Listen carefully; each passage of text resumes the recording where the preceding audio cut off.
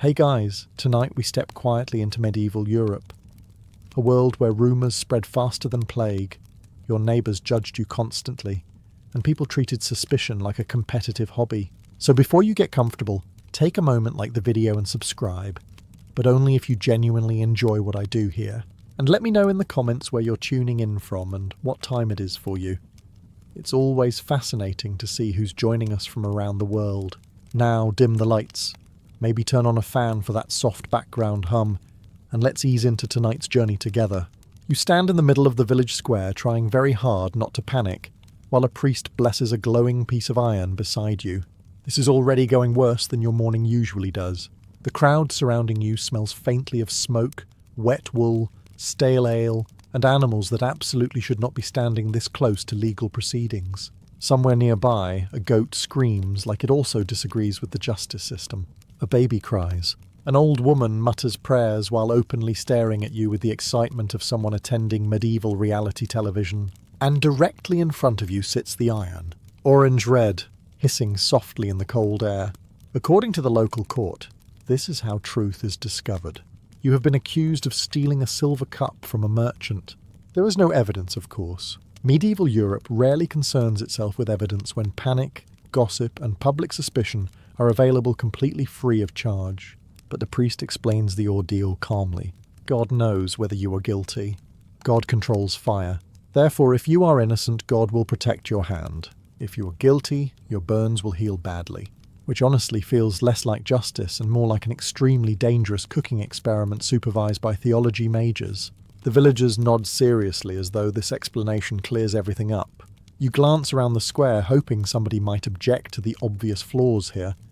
But everyone appears completely comfortable with the idea that the creator of the universe is about to personally involve himself in a dispute over tableware. The priest finishes his Latin prayers. You step forward. The iron is placed into your hands. Pain instantly shoots through your body so violently that for one beautiful moment, you briefly forget your own name, your family history, and possibly several commandments. Every instinct inside you screams to throw the iron directly into the nearest pond. But you cannot. Dropping it looks guilty. Everything looks guilty in medieval Europe. Sweating too much looks guilty. Stuttering looks guilty. Looking nervous while holding burning metal somehow also looks guilty. At this point, blinking suspiciously could probably lead to another trial entirely. You stagger forward carrying the iron the required number of steps, while villagers watch in complete silence. Somewhere in the crowd, a man named Thomas is definitely whispering, "See? I told you he looked dishonest." Thomas has hated you since the chicken incident 3 years ago. Finally, the priest wraps your burned hand in cloth. Now comes the waiting. In several days, officials will inspect the wound. If it heals cleanly, you are innocent. If it becomes infected, congratulations on your guilt. Unfortunately, medieval medicine is not especially encouraging. Most people rarely bathe. Surgeons often share tools with barbers, and somewhere nearby, a doctor is confidently treating illness by draining blood from someone who merely coughed aggressively near a cabbage. Still, everyone around you genuinely believes this works. The priest looks solemn. The villagers whisper prayers. The local lord watches carefully from his chair while eating roasted meat with his hands. Because in this world, truth is not discovered through investigation. Truth is discovered by seeing whether your hand rots quickly enough. If carrying a burning piece of iron sounded unpleasant, medieval courts had another option prepared for you. Boiling water, because apparently someone looked at soup preparation and thought, yes, this could also solve criminal investigations. You stand inside a cold stone church, while a large cauldron bubbles over an open fire nearby. Steam fills the room. Priests whisper prayers. Villagers crowd together behind wooden barriers, waiting to see whether God plans to boil your skin off today. The accusation this time is more serious. A local farmer claims you stole coins from his home during a feast. Conveniently, he has no proof whatsoever beyond a suspicious feeling, and the fact that you once argued with him about pigs. This is considered more than enough evidence to proceed directly towards scalding temperatures. The priest explains the ordeal calmly, as if discussing weather. You must place your hand into the boiling water and retrieve a small stone from the bottom of the cauldron. If your wounds heal well afterward, God has declared you innocent. If the burns become infected, blister badly, or fail to heal properly, you are guilty. Again, this system relies heavily on medieval medicine not being medieval medicine. You stare into the boiling water while trying not to imagine your own skin separating from your body like poorly cooked poultry. Around you, villagers murmur nervously. Some make the sign of the cross. Others already look convinced of your guilt simply because you appear terrified, which feels unfair. Most people would look terrified before voluntarily reaching into boiling water.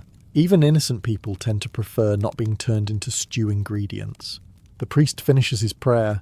You kneel beside the cauldron.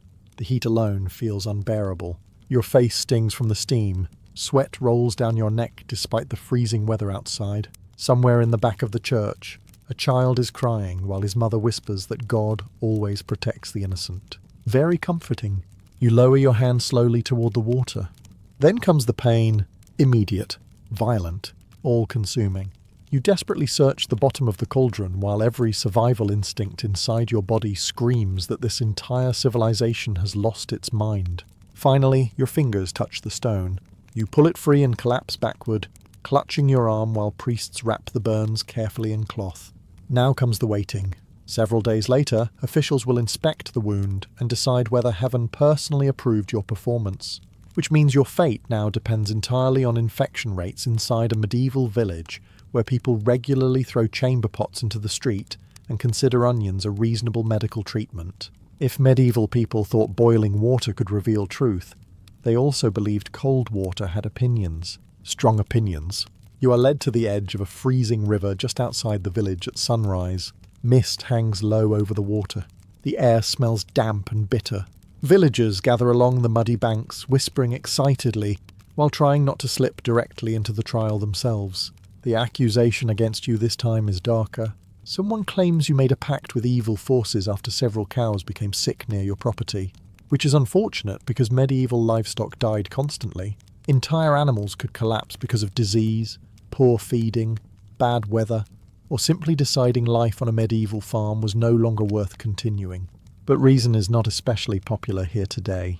The priest explains the ordeal while two men tie ropes around your waist. Since water is holy, he says, it will reject guilty people. If you float, you are guilty. If you sink, you are innocent. You stare at him silently for a moment, waiting for the rest of the explanation. There is no rest of the explanation. That is the whole system. So your legal defense now depends entirely on basic buoyancy. The villagers nod seriously as though this sounds perfectly scientific. Somewhere behind you, an old man mutters that water never lies, which is a fascinating statement, considering people drown in it constantly. You glance at the river, dark, freezing, moving quickly, and suddenly you realize the truly impressive part of medieval justice is not the cruelty, it is the confidence. Nobody here seems remotely concerned that this process may contain one or two small flaws. The priest raises a cross. Prayers are spoken, then you are lowered into the water. The cold hits like a hammer. Your entire body locks instantly. You gasp violently while the river soaks through your clothes and drags at your legs. The ropes tighten around your chest as villagers lean forward trying to determine whether God personally approves of your floating position. For several horrifying seconds you hover awkwardly near the surface. Murmurs spread through the crowd. Floating looks suspicious. Sinking looks innocent. Unfortunately, sinking also looks extremely fatal. You kick desperately while icy water floods your ears. Somewhere nearby, a woman whispers that guilty souls are always rejected by holy water. Meanwhile, you are mostly focused on not dying in front of people named things like Ethelred and Bartholomew. Finally, the men yank you back toward shore coughing violently, while priests debate the results. Because in medieval Europe, your innocence is determined not through evidence, witnesses, or rational investigation, but through whether a river finds you personally offensive. You sit inside a crowded church staring nervously at a piece of bread. Not an especially threatening piece of bread. No spikes, no poison, no glowing runes carved into it by mysterious monks. Just dry bread and cheese sitting on a wooden plate, and yet everyone around you is treating it like a loaded weapon. Welcome to the coroned ordeal, one of medieval England's stranger methods for detecting lies. The logic behind it is simple. If you are innocent, God will allow you to swallow the blessed food safely. If you are guilty, your throat will tighten, you will choke, and heaven itself will expose your crime in front of the village. Essentially, Medieval courts accidentally invented stress eating as a legal procedure. The priest blesses the bread carefully while you stand before the altar trying not to sweat too visibly. Unfortunately, sweating already makes you look suspicious. Everything does. The accusation this time is theft. A wealthy merchant claims you stole silver coins from his chest during a feast. Conveniently, half the village attended the feast. Everyone was drunk by sunset, and nobody actually saw anything. But you once argued with the merchant over grain prices, which, in medieval logic, practically makes you the criminal mastermind of the century. The church is silent now. Villagers watch closely, while candles flicker against the stone walls. Somewhere in the back, someone coughs dramatically, like they already expect your public choking to begin shortly. The priest hands you the bread. It feels impossibly dry. You try to swallow calmly, but the pressure is overwhelming. Every eye in the church remains fixed on your throat. Even the merchant is leaning forward with the excitement of a man attending live entertainment. You take the first bite. Immediately your mouth turns dry as dust. Your heart pounds. Your tongue sticks awkwardly to the roof of your mouth. You chew carefully, while trying not to imagine yourself choking to death over what is essentially medieval communion anxiety. A small cough escapes your throat. The villagers gasp softly. Wonderful. Now you are coughing in a silent church while holding cursed cheese under the direct supervision of God. You force yourself to swallow, painfully, slowly. The bread finally slides down your throat while the priest studies your face with terrifying seriousness. For several long seconds nobody speaks. Then whispers ripple through the crowd. Some think you passed. Others think the cough looked suspicious. Because in medieval Europe, even eating lunch could accidentally become a criminal investigation. Sometimes medieval courts looked at complicated legal disputes and decided the best solution was simple. Let the two angry men hit each other with weapons until God sorted it out. This was called trial by combat, and somehow it remained an accepted legal practice for centuries. You stand now in an open field outside the town, surrounded by shouting villagers. Mud sticks to your boots. Rain drizzles lightly from grey skies. Across from you stands the man accusing you of lying. A broad-shouldered farmer named Oswin, who looks less like a legal participant and more like someone who wrestles oxen recreationally. You, meanwhile, have not slept properly in 3 days. The accusation involves land boundaries. Oswin claims you moved the markers between your farms during the night. You insist you did not. Modern courts might examine documents. Medieval courts hand both of you shields. A priest steps between you and raises a cross toward the crowd. God will grant victory to the truthful man, he announces solemnly. The villagers nod seriously, because apparently the creator of the universe now spends his afternoons refereeing property disputes in muddy fields. You grip your weapon nervously while Oswin cracks his neck with deeply concerning confidence. Somewhere nearby, a blacksmith is already taking bets. The rules are simple enough. Fight until one man surrenders, collapses, or dies. Entirely normal legal procedure. Trumpets sound. Oswin charges immediately. You barely block the first strike before stumbling backward through the mud. The crowd erupts with excitement. Someone yells that your defense looks guilty, which feels unfair considering you are mostly focused on not getting your skull separated from your body. The fight drags on brutally. Your arms ache. Your lungs burn. Mud splashes into your face every time you fall.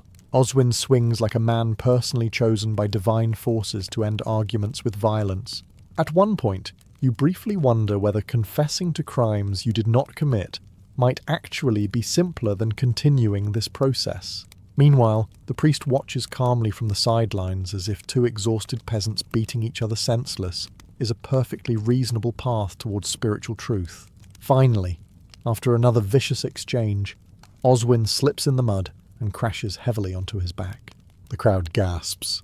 You stand over him, breathing hard while he struggles to rise. Moments later, officials declare you victorious, which means you are now officially innocent because another man lost his footing near a puddle. And honestly, for medieval justice, that counts as one of the more scientific outcomes. You kneel inside a candlelit church while a priest carefully unwraps what appears to be a human fingerbone from a velvet cloth. Everyone around you treats this moment with enormous seriousness. You're trying very hard not to stare directly at the finger. In medieval Europe, one of the most feared ways to test honesty involved swearing an oath upon holy relics. Bones, teeth, clothing, or possessions believed to belong to saints. People genuinely believed that lying while touching these sacred objects could bring divine punishment upon you almost immediately. Blindness, disease, madness, sudden death. The full medieval customer service package. The accusation today is fraud. A local merchant claims you cheated him during a grain transaction. He insists the sacks you sold were partially filled with spoiled wheat, hidden beneath the good grain. You insist this is nonsense, mostly because it was actually your cousin's idea.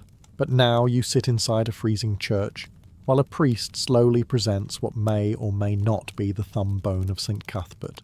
Medieval relic authentication was not especially rigorous. Entire churches somehow possessed enough saint bones to assemble several extra saints. Still, nobody here doubts their power. The villagers stare at you nervously. Some make the sign of the cross. Others avoid even looking at the relic directly. As though eye contact alone could accidentally invite divine judgment, the priest speaks quietly. Place your hand upon the relic and swear before God that you speak truthfully. Simple enough in theory. Except medieval people truly believed God punished false oaths. Not metaphorically. Literally, a liar might collapse dead tomorrow, lose his crops, develop some horrifying illness, or spend eternity burning in hell because of one dishonest sentence about wheat quality, which suddenly makes modern tax audits seem strangely relaxing. Your hand trembles slightly as you touch the relic. The church falls silent. Even the merchant looks uncomfortable now. It is one thing to accuse someone publicly. It is another thing entirely to involve supernatural consequences and possible saint-related curses. You swallow hard and speak the oath aloud. For several long seconds nothing happens. No thunder. No heavenly fire. No dramatic collapse onto the church floor. But that almost makes things worse. Because now everyone waits nervously to see whether God plans to punish you later instead. Medieval justice often operated on delayed suspense. As you leave the church, villagers whisper quietly behind you while glancing at the sky. Because in this world, truth is not proven through evidence or investigation. Truth is proven by seeing whether a dead saint decides to ruin your life afterward. You stand barefoot at the edge of the church courtyard, staring at several glowing metal ploughshares laid across the ground. This is apparently another completely reasonable way to determine whether you are lying. The iron burns bright orange in the early morning darkness while priests chant nearby. Smoke rises into the cold air. Villagers crowd around the courtyard walls, whispering nervously and pretending they are not enjoying this far too much. You have been accused of breaking into a nobleman's storage barn and stealing food during the winter famine. To be fair, everyone has been stealing food during the winter famine, but unfortunately for you, someone actually noticed. The priest explains the ordeal carefully. You must walk barefoot across the burning ploughshares without hesitation. Afterwards, your feet will be wrapped and examined days later. If the wounds heal properly, God has declared you innocent. If not, congratulations on your criminality and partial foot destruction. You glance down at the glowing metal. At no point in human evolution did your ancestors prepare you emotionally for this moment. The villagers murmur prayers while the nobleman watches from a wooden chair wrapped in expensive fur. Conveniently, he is not the one about to step barefoot onto farm equipment heated to the temperature of volcanic rage. The priest raises a cross. You remove your shoes slowly. The ground itself already feels freezing beneath your feet. The contrast somehow makes the burning iron ahead look even worse, like the gates of hell designed by agricultural workers. Then comes the order. Walk. You step forward. The first touch of metal sends pain exploding through your entire body instantly. Your muscles tighten violently. Every instinct screams at you to leap sideways into the mud and flee directly into another country. But you keep moving, one step, then another. The smell reaches you almost immediately. Burning skin. A deeply unpleasant reminder that medieval justice often sounds suspiciously similar to cooking instructions. The villagers stare in complete silence while you stumble across the final ploughshare and collapse onto the cold ground, gasping. Priests rush forward, wrapping your feet carefully in cloth, while nearby spectators debate whether your screams sounded innocent or guilty. Because apparently there are now correct and incorrect ways to scream while being roasted alive from the ankles down. Several days later, officials will inspect your wounds, and in a civilization where infection spreads faster than gossip at a monastery, your future now depends entirely on whether your feet decay at an acceptable rate.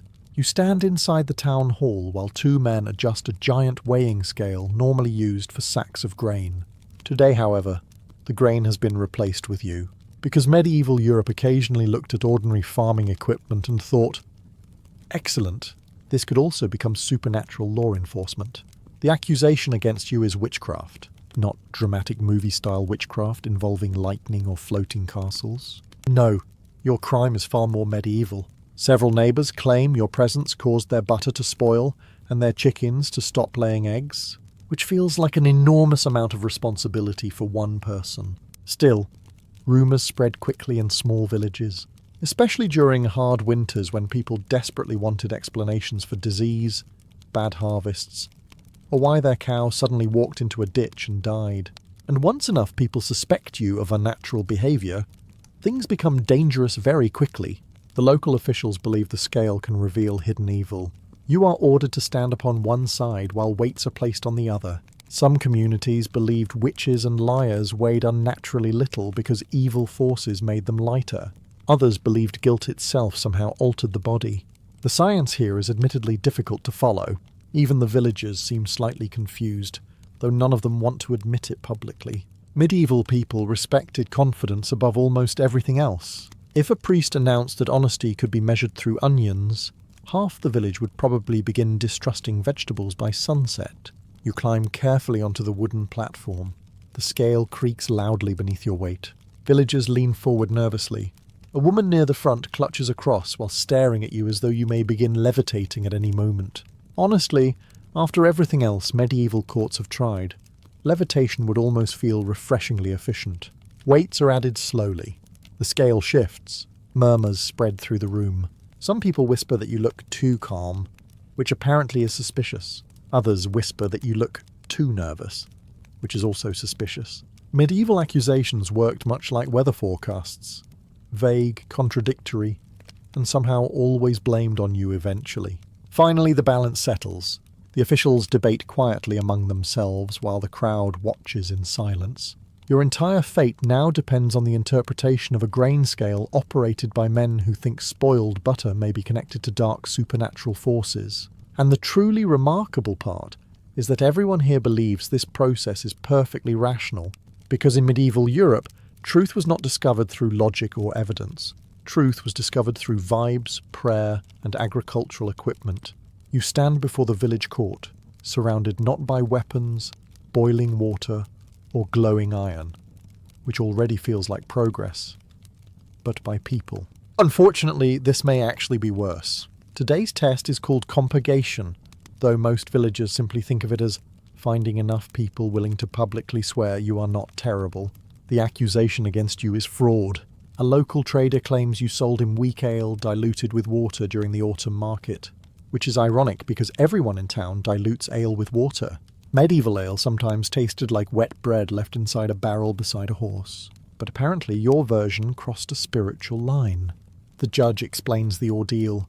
You must gather oath helpers, respectable people from the community willing to swear before God that they believe you are innocent. They do not need evidence. They do not need facts. They simply need confidence in your character, which immediately becomes a problem if you have spent the last 10 years arguing with half the village over fences, pigs, or whose goat ate whose cabbage. You glance nervously at the crowd. Some villagers avoid eye contact instantly. Cowards. Others stare at you with the expression of people calculating whether publicly supporting you is worth possible divine punishment. Because lying under oath is dangerous enough. Lying under oath in medieval Europe is essentially volunteering for future lightning strikes. Finally, a few people step forward. Your cousin Edwin, mostly because he owes you money. An elderly farmer who once traded sheep with your father. And surprisingly, the blacksmith, though he still looks deeply uncertain about the entire decision. The priest watches carefully while each person swears before God that they believe your words are truthful. The villagers murmur quietly after every oath. Too few supporters look suspicious. Too many supporters also look suspicious. At this point, breathing confidently might accidentally become evidence. One man refuses to support you publicly after his wife whispers sharply into his ear. Another claims he would help, but suddenly remembers important turnip business elsewhere. Traitor. The court counts the oaths carefully. You need enough respected voices to convince the officials that a guilty person could never gather such support, which means medieval justice has quietly transformed into a popularity contest, sponsored by religion and social anxiety. Finally, the judge nods slowly. The oaths are accepted. You are declared innocent, not because evidence proved anything, not because the truth became clear, but because enough people in town disliked you slightly less than eternal damnation. You sit alone inside a dark church, while a single candle burns on the table in front of you, which would feel peaceful in almost any other century. Unfortunately, in medieval Europe, even candlelight can accuse you of crimes. The room smells of wax, smoke, and damp stone. Rain taps softly against the windows, while several priests watch you with expressions so serious you would think the fate of Christendom depended entirely on your posture. The accusation this time is arson. A storage shed burned down near the edge of the village 2 nights ago, and since you argued publicly with the owner last month, suspicion has settled onto you like wet wool. There is no evidence, naturally, just gossip. Medieval society runs almost entirely on gossip. The priest explains the ordeal quietly. You must answer questions while sitting before the blessed candle. If the flame flickers violently, sputters strangely, or extinguishes itself during your testimony, it may reveal divine disapproval. You stare at the candle for several seconds. That is apparently the entire method. To be fair, medieval people lived in a world where almost everything felt supernatural. Storms destroyed crops. Disease appeared without warning. Entire families vanished during winters. When life constantly feels mysterious and terrifying, even candle flames begin looking suspiciously judgmental. The questioning begins. Did you threaten the owner of the shed? You answer carefully. The candle flickers slightly. Several villagers gasp. Wonderful. A cold draft slips beneath the church door, but nobody seems interested in blaming the wind. Superstition is far more exciting. The priest narrows his eyes. Were you near the shed on the night of the fire? You hesitate for half a second, trying to remember. The candle trembles again. Now the crowd is whispering openly. At this point, the flame could probably explode because of basic air circulation, and someone would immediately accuse you of summoning demons. Sweat rolls down your neck while you continue answering questions. The room feels unbearably silent except for the crackling candle and occasional thunder outside. Then suddenly the flame bends sharply sideways. A woman near the back mutters a prayer. Another villager makes the sign of the cross. Meanwhile, you are sitting there realizing your legal future now depends entirely on medieval indoor ventilation. Finally, after what feels like hours, the questioning ends. The priests debate quietly while the candle burns calmly again, having apparently completed its dramatic performance. Because in medieval Europe, truth was not uncovered through investigation or logic. Truth was discovered by aggressively overanalyzing household lighting. You stand inside the monastery courtyard with your arms stretched outward like a cross, while a priest watches you with the intensity of a man supervising the fate of civilization itself. Across from you stands your accuser doing the exact same thing. The rules are simple. Whoever lowers their arms first loses the case. This, somehow, is an officially recognized legal procedure.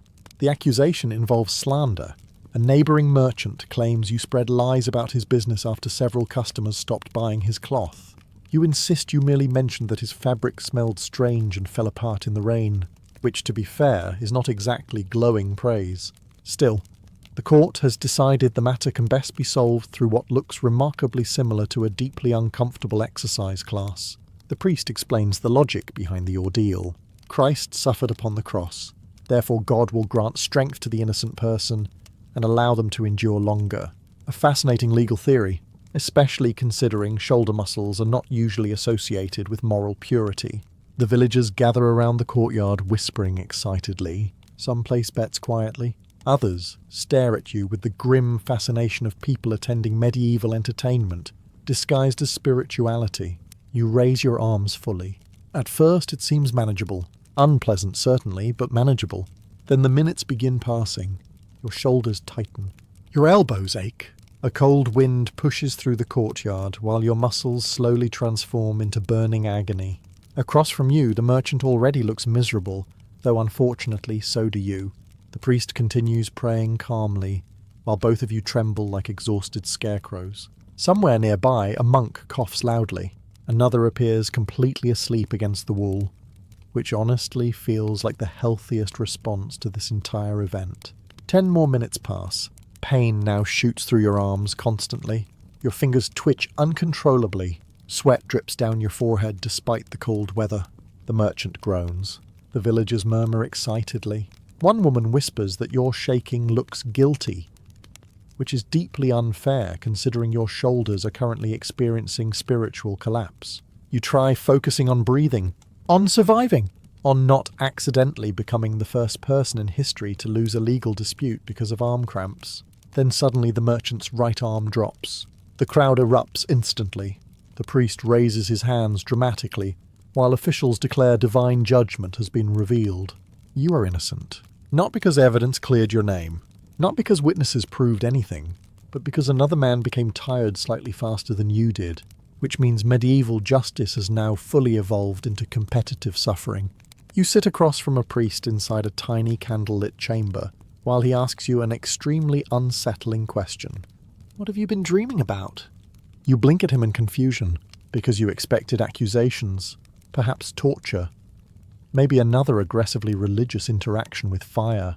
But apparently, medieval justice has now entered your subconscious.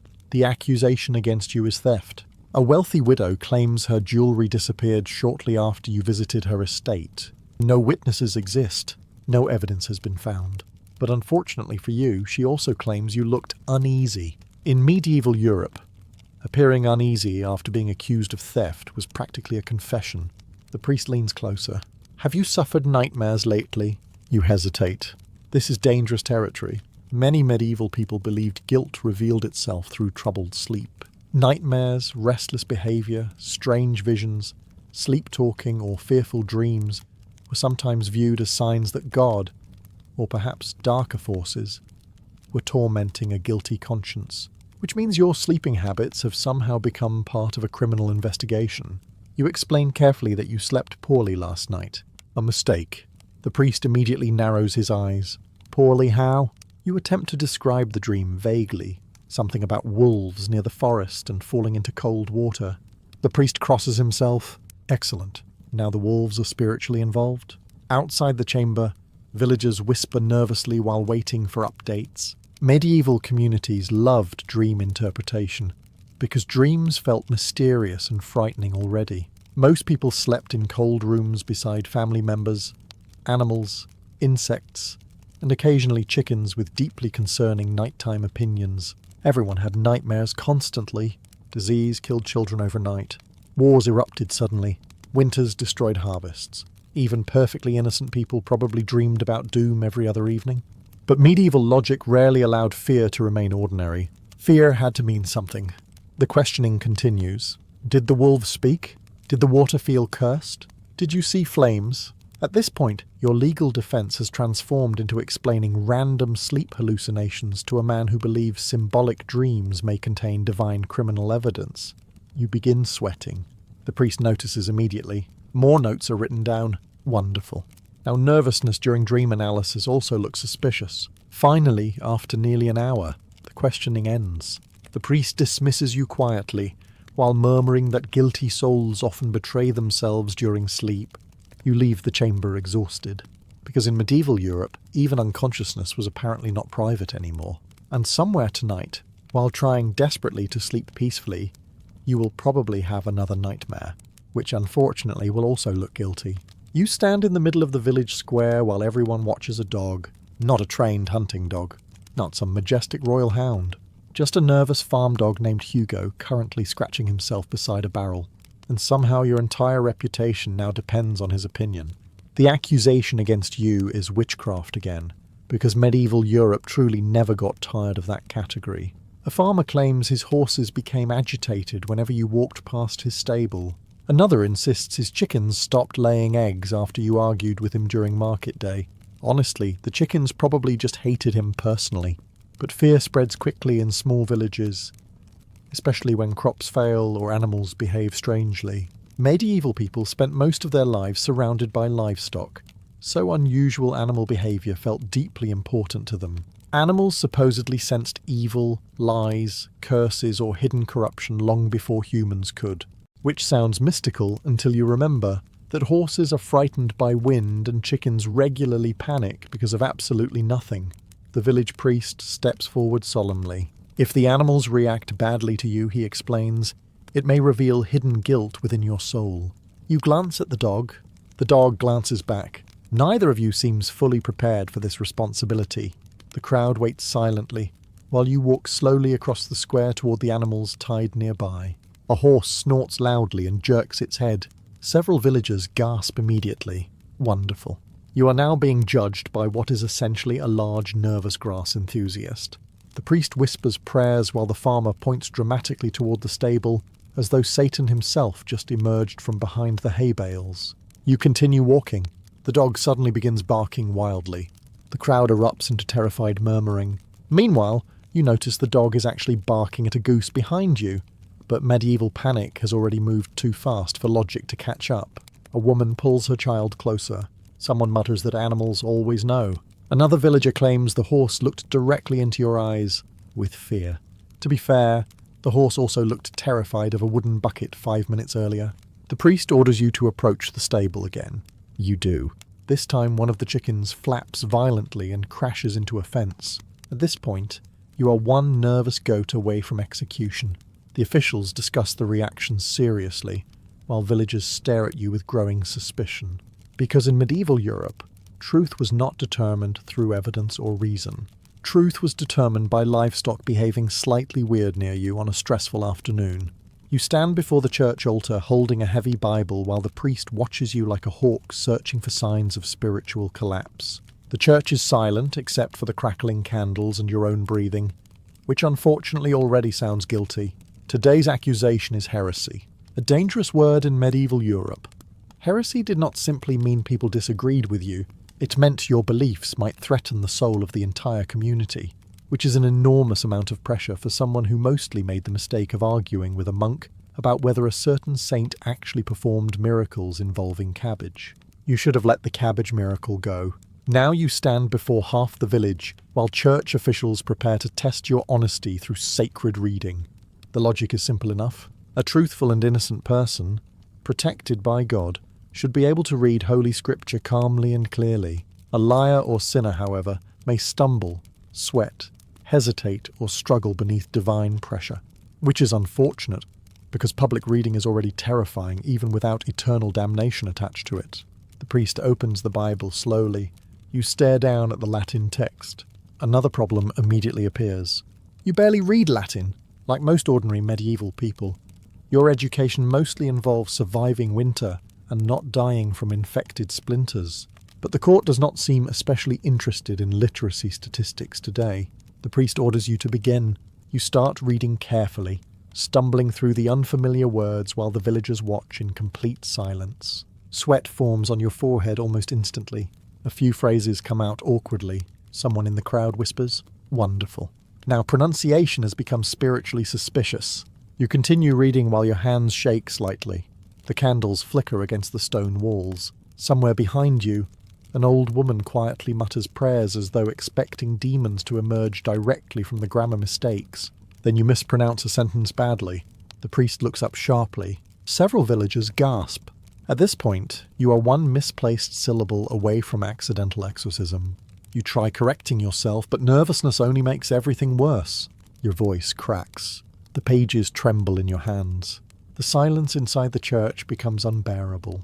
And the truly frustrating part is that even an innocent person would struggle under this pressure, especially while being judged by people named things like Godric and Mildred, who cannot read at all but somehow still look disappointed in your performance. Finally, the priest takes back the Bible.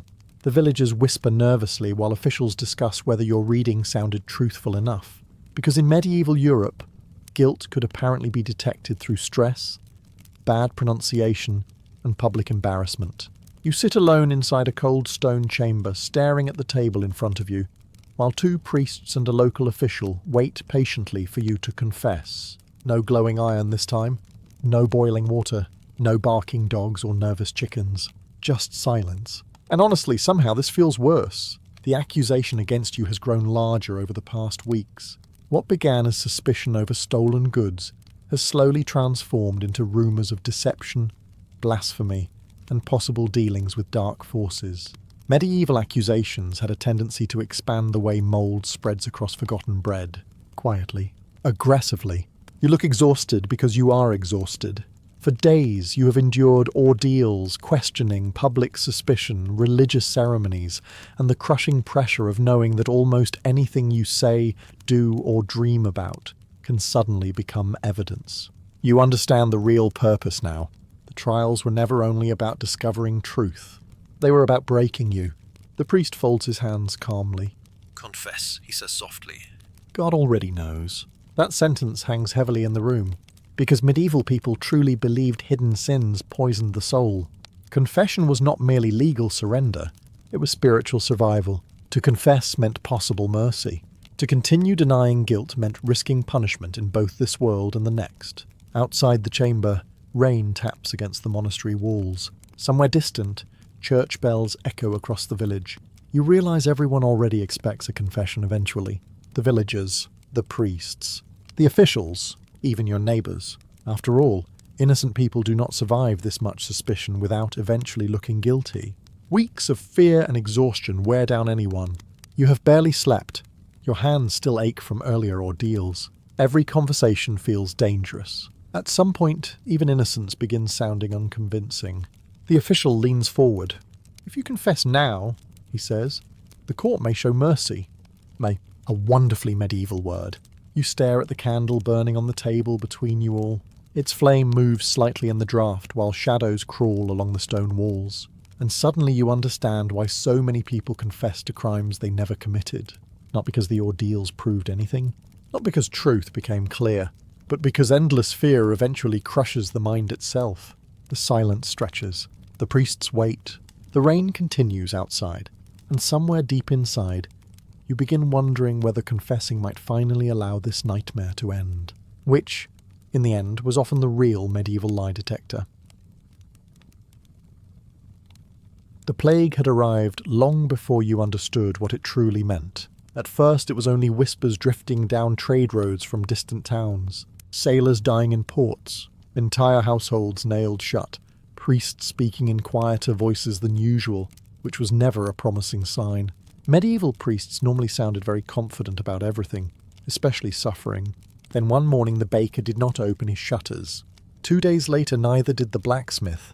By the end of the month the village smelled faintly of smoke, wet straw, sickness, and fear. A combination no medieval perfume merchant ever dared to bottle. Though honestly, it would have been more accurate than most of their products. And yet somehow, despite the world collapsing around you, the cows still needed milking. That was the strange part about the Black Death. Death itself moved unpredictably, but dairy work remained aggressively consistent. A cow did not care that half the village had died this season. It did not pause to reflect on mortality or God's judgment. It simply stared at you with dull annoyance until you sat down with the bucket. So every morning before sunrise, you walked through muddy lanes toward the small dairy shed beside your family cottage. The village was quieter now. Too quiet. Fewer voices drifted from windows. Fewer fires burned in hearths. Sometimes you passed homes with doors hanging open and nobody willing to enter. Other times you saw chalk crosses painted onto wood by frightened neighbours hoping God appreciated basic geometry. Inside the shed, however, life continued with insulting normality. The goats shuffled impatiently. The cows snorted steam into the cold dawn air. Flies buzzed lazily around old straw. Your mother worked silently beside you, wrapping cloth around her face whenever somebody coughed nearby, though nobody truly understood how the disease spread. Some blamed bad air. Others blamed foreigners, planets, sinners, cats, or women who knew too much about herbs. Medieval medicine was essentially a giant group project created by panic. Still, milk flowed into the buckets. And milk meant cheese. Cheese mattered now more than ever because fresh food spoiled quickly. Markets failed constantly, and grain shipments disappeared without warning. But cheese could survive. Hard wheels of cheese sat in storage rooms like edible insurance policies. Villages traded them carefully. Families guarded them fiercely. A good cheese wheel during the plague could make you richer than common sense. Besides, cheese was one of the few things still holding the village together. People no longer trusted crowds, priests, or even neighbours. but they still trusted the old woman who sold goat cheese near the well, which during the Black Death honestly counted as social stability. By autumn, the village market no longer sounded like a market. It sounded like survivors pretending. You arrived before sunrise with 2 small cheese wheels strapped to a handcart your father once used for firewood. One wheel was goat cheese, hard and salty. The other was softer cow cheese wrapped carefully in cloth to keep the flies away. Not that flies respected cloth very much. Flies during the plague seemed unusually confident. Entire civilizations were collapsing, and somehow the insects behaved like landlords. The road into town felt emptier than it had a year ago. Farms stood abandoned behind crooked fences. Some fields had gone yellow from neglect because there simply were not enough hands left to harvest them. Others had been taken over by wandering sheep, who now enjoyed more property rights than most peasants. And yet the market still opened, because people still needed food. The square itself looked tired. Fewer stalls stood beneath the wooden awnings now. The fish seller was gone. So was the wine merchant. A cloth trader sat alone beside folded fabric no one could afford anymore. Even the thieves seemed less enthusiastic these days. Hard to maintain morale in the robbery profession when half your customers are already dead. But the cheese sellers remained. Always the cheese sellers. Your mother once explained why. Meat spoiled quickly. Bread depended too heavily on grain deliveries. But cheese lasted. Properly aged wheels could survive weeks or months if stored carefully. During uncertain times, people trusted food that did not immediately rot into a science experiment. So villagers still gathered cautiously around dairy stalls, though nobody stood too close anymore. Everyone watched everyone else. A cough could empty half the square within seconds. You noticed strange habits forming among the people. Buyers held herbs against their noses to clean the air. Some carried tiny crosses made of wood or iron. Others avoided touching coins directly, dropping them onto tables as if money itself had become cursed, which, to be fair, medieval taxes had already strongly suggested. An old monk approached your stall near midday. He studied the cheese carefully before speaking. "Still making this during all this?" he asked quietly.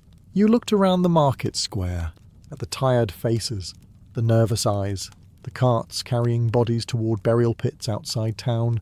Then you shrugged. "The cows did not stop," you answered. The monk actually laughed at that. A short, exhausted laugh from a man who probably had not laughed in months.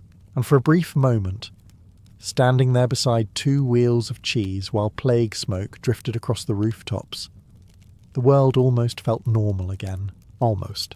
The church bells rang so often now that nobody counted anymore. At first each bell had meaning. 1 death, then 3, then entire households. Eventually the ringing became part of the village atmosphere, like rain or barking dogs. You could be halfway through turning a cheese wheel and suddenly hear another slow bell rolling across the hills. Someone else gone. You no longer asked who. Instead, you focused on the cheese cellar beneath your uncle's barn. The cellar had become one of the most important places in the village, not because it was beautiful. It smelled strongly of damp stone, mould, sour milk and old straw. But down there, hidden beneath the earth, rows of aging cheese rested quietly on wooden shelves, while the world above descended into terror. Hard cheeses matured in darkness while humanity emotionally unravelled upstairs. A strangely efficient arrangement. You carried fresh wheels into the cellar every few days with your cousin Thomas. He spoke less lately. Everyone did. Conversations had become shorter during the plague. People no longer wasted energy discussing dreams or politics when there was a decent chance one of you would be buried by Thursday. Still, Thomas cared deeply about the cheese. "Turn them carefully," he muttered while inspecting a shelf. "The moisture's wrong on this side." You obeyed immediately because nobody argued with the person guarding the winter food supply. Medieval villages did not need economists to explain priorities. The cheese man automatically became important. Candles flickered against the stone walls as you worked. Some wheels were coated in wax. Others were rubbed with salt or herbs to preserve them longer. Every family had small tricks passed down across generations. Tiny dairy secrets treated with greater protection than royal treasure, because treasure could not feed you in January. Meanwhile, above ground, the village continued shrinking. One afternoon you emerged from the cellar and saw smoke rising near the edge of town. Another cottage being burned after the occupants died. People feared the sickness clung to blankets, walls, clothing, even spoons. Entire homes vanished into ash, while nervous villagers crossed themselves from a distance. But that evening, despite everything, families still gathered around tables.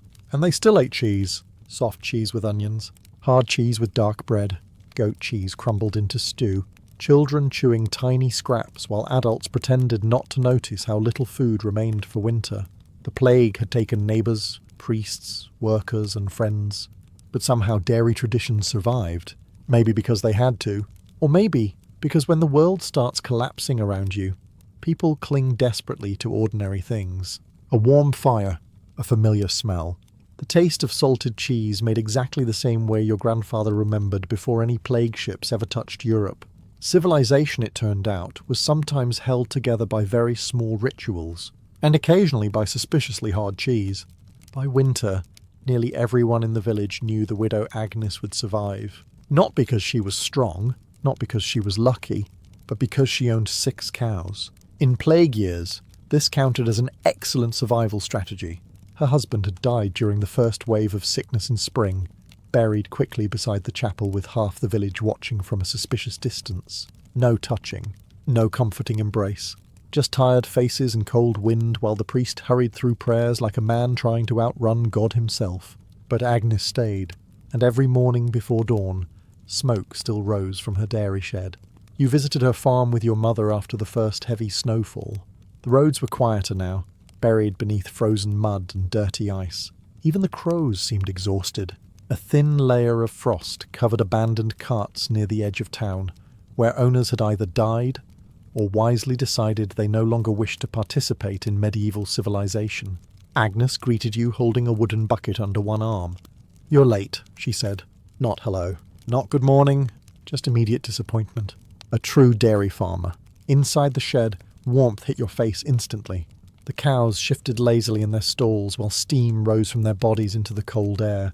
Agnes worked with calm precision, milking without wasted movement.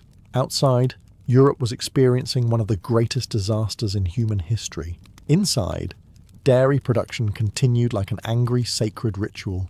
She had become important to the village now. Widows usually occupied a fragile place in medieval society, but plague years changed old rules quickly. Agnes controlled milk, butter and cheese.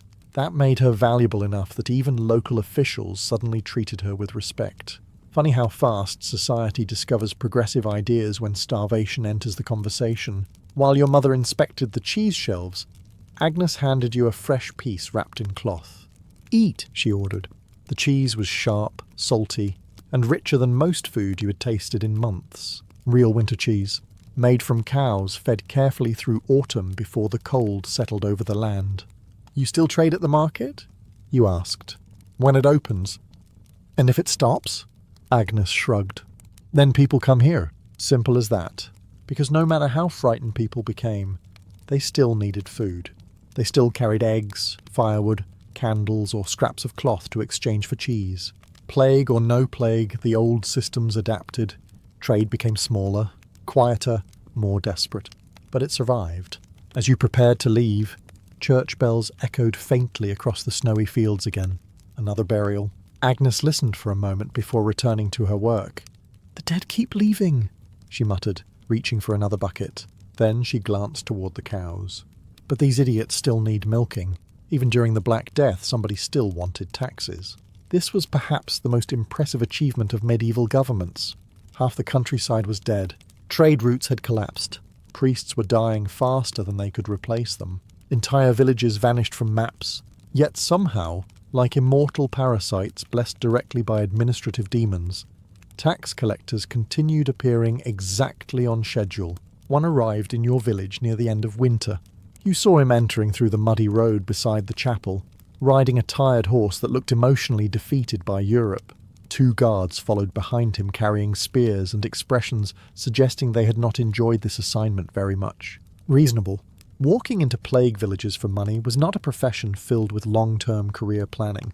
The tax collector wore a dark wool cloak, scented heavily with herbs and vinegar, to protect himself from disease. Medieval medicine had become a strange mix of prayer, panic, and soup ingredients. Some people carried flowers, others burned incense. One man in the next village reportedly rubbed onions on his beard for protection. He died anyway, but historians must admire the commitment. The collector gathered surviving villagers near the square and announced new grain and dairy levies from the local lord. Fewer workers meant lower harvests, which apparently meant peasants should pay more. Medieval economics often operated like a practical joke written by Satan. A tired silence followed the announcement. Nobody shouted, nobody protested.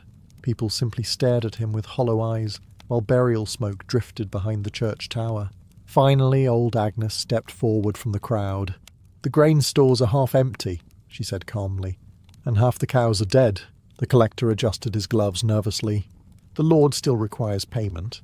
Then perhaps the Lord should milk the cows himself." A dangerous sentence. Several villagers lowered their heads immediately. Even the guards shifted awkwardly. But the collector said nothing because, truthfully, everyone knew she was right. Without dairy farmers, villages starved. Cheese had become one of the few stable foods left. Armies could not eat silver coins. Children could not survive on official documents stamped with wax seals. So compromises quietly emerged. Some families paid taxes with cheese wheels instead of coin. Hard cheeses travelled well and lasted months, making them valuable during uncertain times. Your family surrendered 2 aging wheels from the cellar, while your mother muttered curses under her breath, strong enough to concern nearby saints. The collector inspected them carefully before nodding approval. For a brief moment, the fate of your family rested entirely on whether a stranger liked the smell of your cheese. Civilization truly is a magnificent system. That evening, the village gathered around fires, discussing the visit in bitter whispers. Outside, snow melted slowly across empty fields. Inside homes, cheese was sliced carefully thinner than before. Spring returned slowly, like a nervous guest unsure whether the house was still standing. The snow melted into thick mud. Dead grass pushed through frozen earth. Carts began moving again along the roads, though fewer than before. Much fewer. Some carried grain, others carried salt or cloth. A suspicious number carried corpses, and one carried cheese. You first saw the travelling cheesemonger arriving near midday beside the old Roman road. His wagon leaned heavily to one side, pulled by a horse old enough to remember better centuries. Small wheels of cheese hung beneath a patched canvas cover, while tiny bells clinked softly with every bump in the road. The man himself looked thin but cheerful, which during the plague immediately made everyone suspicious. Healthy optimism had become deeply unnatural. Villagers gathered cautiously around his wagon while maintaining the new habit of standing several feet apart. The cheesemonger greeted people loudly, as though enthusiasm alone could defeat disease. "Best mountain cheese in 3 kingdoms," he announced. Someone muttered, "2 of those kingdoms barely exist anymore." Fair point. Still, people approached, because travellers brought news, and salt, and sometimes hope. The cheesemonger traded hard sheep cheese from northern hills, smoked cheeses wrapped in herbs, and soft white rounds packed carefully in straw. Many villagers had not seen such variety in years. Before the plague, markets connected distant regions regularly. Now every unfamiliar cheese felt almost exotic, like some mysterious foreign luxury from lands where people still bathed occasionally. Your mother traded butter and 2 small goat cheeses for a wedge of aged mountain cheese tougher than oak wood. "Good for travel," the merchant explained proudly, while cutting slices with a knife worn nearly smooth. "Lasts forever. You tasted a piece." It felt like chewing on salted medieval furniture. But honestly, after months of turnips and thin stew, nobody complained. As the afternoon continued, villagers crowded closer to hear the merchant's stories.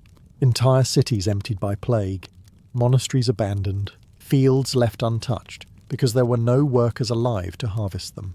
In one town, he claimed, wolves wandered directly through the streets at night. Nobody laughed. It sounded believable now. Then the merchant lowered his voice. "But dairies survive better than most places," he said. "People always protect the milk." That sentence lingered with you, because it was true. Blacksmiths vanished. Taverns closed. Lords fled to distant estates. Yet somehow, across villages shattered by plague, people still guarded cows, goats, and cheese sellers with desperate determination. Milk meant survival. Cheese meant winter food, and food meant tomorrow. As evening approached, the cheesemonger climbed back onto his wagon and disappeared down the muddy road toward the next frightened village. The bells beneath his cheeses jingled softly behind him, a strange little sound of civilization still refusing to die. The monastery survived longer than most places. Not comfortably, not peacefully, but it survived. You visited it with your uncle in late spring after hearing the monks were still trading cheese and medicinal herbs beyond the northern hills. The journey took half a day along muddy roads lined with abandoned farms. Empty cottages leaned crooked beside overgrown fields, while broken fences disappeared beneath weeds. Europe itself looked tired now, as though the continent had stopped shaving and given up emotionally. When the monastery finally appeared through the trees, it looked quieter than you remembered. Fewer monks walked the courtyards. Some windows remained shuttered permanently. A burial trench near the garden told the rest of the story. Still, life continued behind the stone walls. Bells rang softly for prayer. Smoke drifted from kitchens. Somewhere inside, somebody was scrubbing pots with the grim determination of a man aware that hygiene had suddenly become fashionable. A young monk led you toward the dairy rooms beneath the monastery kitchens. The smell hit immediately. Warm milk, damp stone, salt, mould, real monastery cheese. Rows of aging wheels rested on wooden shelves under flickering candlelight. Some were rubbed with ash, others coated with herbs or wax. Blue-green veins spread through certain cheeses intentionally, though your uncle stared at them with understandable suspicion. "You eat that mould?" he asked carefully. The monk nodded proudly. "It improves the flavour." Your uncle looked unconvinced. Medieval people accepted many things, but deliberately consuming suspicious cave fungus still required a strong sales pitch. The monks explained how monasteries had become important food centres during the plague. They owned land, livestock, storage cellars, and knowledge passed down through generations. While towns collapsed into panic, monasteries continued preserving recipes, brewing ale, tending gardens, and making cheese almost exactly as they had before the sickness arrived. Routine kept them sane. Prayer helped too, probably, though judging by survival rates, the cheese may have been doing most of the work. An older monk joined your group carrying a candle lantern. "We lost 20 brothers last winter," he said quietly. Nobody answered. He rested a hand against one aging cheese wheel. But the dairy remained open every day. There was something strangely comforting about that. While plague carts rolled across Europe and families vanished overnight, somewhere monks still turned cheese wheels in cold cellars, exactly on schedule. Civilization reduced to milk management.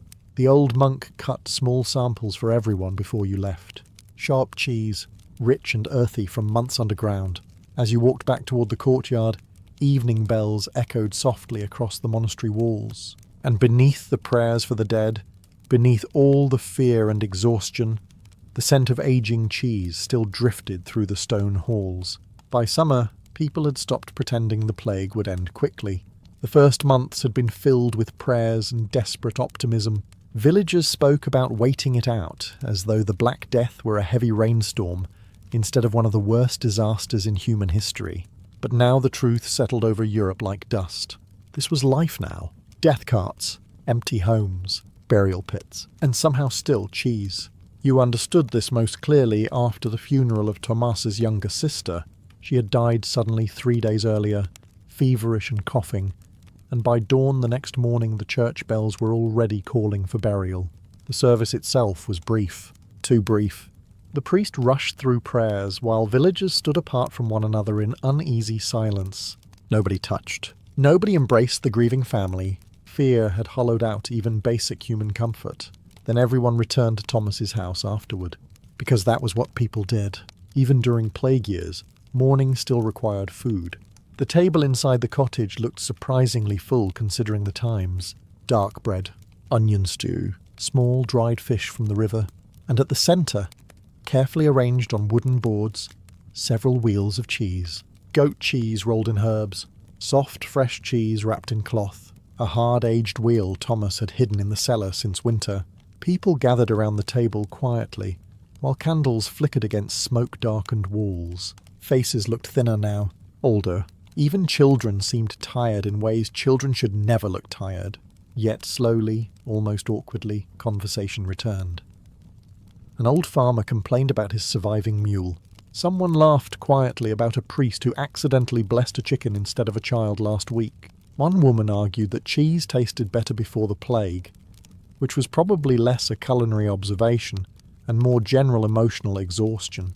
Still, the room warmed. Food did that. Especially familiar food. You watched Thomas cut thin slices from the aged wheel with almost ceremonial care. Nobody wasted a crumb. Every piece mattered now. But for a little while, the meal created something close to normal life again. Not happiness exactly, just humanity. Outside, the village remained scarred by sickness. Smoke drifted from distant burn pits near abandoned homes. The cemetery had expanded beyond its old stone wall. Somewhere far across Europe, kings, bishops, and merchants struggled helplessly against the same disaster. But inside that tiny cottage, villagers still passed cheese across a table after a funeral. Because rituals survived, even when empires weakened, even when faith trembled, even when half the world seemed to be rotting around you. And honestly, if medieval Europe had one true superpower, it was the ability to continue eating dairy products during catastrophes that would emotionally destroy modern office workers by lunchtime. By the second winter, the village no longer resembled the place you once knew. Too many homes stood empty now. Doors creaked open in the wind where families had once argued beside warm fires. Fields lay abandoned beneath frost, because there were not enough hands left to work them. Even the dogs barked less often, as though they too understood something terrible had settled permanently over the world. And beneath your uncle's barn, only one large cheese wheel remained in the cellar. The last one. You carried a lantern downstairs carefully while cold air wrapped around the stone walls. The shelves that once held dozens of aging cheeses now stood mostly empty. Some had been traded for grain, others eaten during spring shortages. A few surrendered as taxes to men who somehow survived entirely on paperwork and peasant suffering. But one wheel still rested quietly at the centre shelf. Hard. Waxed. Heavy. Your family had protected it for months like treasure, because in many ways it was. The cellar smelled familiar despite everything. Damp earth, salt, old milk. The same scent you remembered before the plague arrived. Strange how certain smells survived disasters untouched. Patiently waiting while humanity lost its mind upstairs. Your mother joined you carrying a knife wrapped in cloth. "We open it tonight," she said softly. "Not celebrate, not feast, simply open." That evening, the remaining villagers gathered inside your cottage while snow drifted across the dark streets outside. There were fewer people now than ever before, so few that silence appeared constantly between conversations, reminding everyone who was missing. Still, candles burned warmly across the table. The last cheese wheel sat in the centre beside rough bread and weak ale. Your mother cut into it slowly. The inside was pale gold, perfectly aged despite the terrible year surrounding it. The smell filled the room immediately, sharp, rich, alive. For a moment nobody spoke. The simple scent alone seemed to pull memories from people's minds. Summers before the plague, markets crowded with noise, children running through fields, weddings, harvest festivals, ordinary life. Thomas accepted the first piece quietly. The heels were bright red, not tasteful red, not elegant red. These were loud, arrogant, impossible to ignore red heels, designed specifically to announce that the man wearing them had never once carried his own furniture. And kings absolutely adored them, especially Louis XIV of France. If you had entered the Palace of Versailles during the late 17th century, you would have found yourself trapped inside the most expensive peacock enclosure in European history. Everywhere you looked, noblemen floated through glittering halls wearing silk stockings, powdered wigs, lace sleeves, ribbons, perfume, jewels, and heels painted the colour of fresh blood. Meanwhile, peasants outside were trying not to starve because the harvest failed again. Civilization has always enjoyed balance, but in royal courts, fashion was never just fashion. It was a weapon. The red heels worn by kings and nobles symbolized wealth, privilege, and status so extreme that practicality itself became embarrassing. The shoes were difficult to walk in. They slipped on polished floors. They sank into mud outdoors. They were objectively terrible for anyone expected to perform useful labour, which was exactly the point. A nobleman was not supposed to look useful. If your shoes allowed comfortable movement, people might accidentally assume you had employment. The fashion itself originally came from Persian cavalry riders centuries earlier. Riding heels helped soldiers secure their feet inside stirrups while firing weapons from horseback. European aristocrats saw the style and immediately copied it, because rich people throughout history have treated foreign trends the way modern influencers treat overpriced coffee shops. But by the time heels reached European courts, the military practicality had mostly disappeared. Now they existed purely to impress other rich people, and nobody understood this game better than Louis XIV. The French king transformed fashion into a form of political control. At Versailles, appearance became survival. Nobles competed endlessly over clothing, hairstyles, fabrics, jewellery, and of course, heels. Louis even restricted certain red heels to members of his court, turning footwear into an elite status symbol. Imagine being denied access to coloured shoes by royal decree. History truly is magnificent. Every detail at Versailles served one purpose: reminding everyone who held power. While nobles obsessed over silk socks and shoe ribbons, Louis controlled the kingdom itself. Courtiers spent fortunes trying to appear fashionable enough to remain close to him. Some ruined their finances entirely just to participate in palace life, and through endless marble halls, beneath chandeliers and painted ceilings, hundreds of red heels clicked across the floors every day, a constant sound of vanity echoing through one of the richest courts in Europe. Right before the French monarchy eventually exploded into revolution, but for now the heels remained spotless.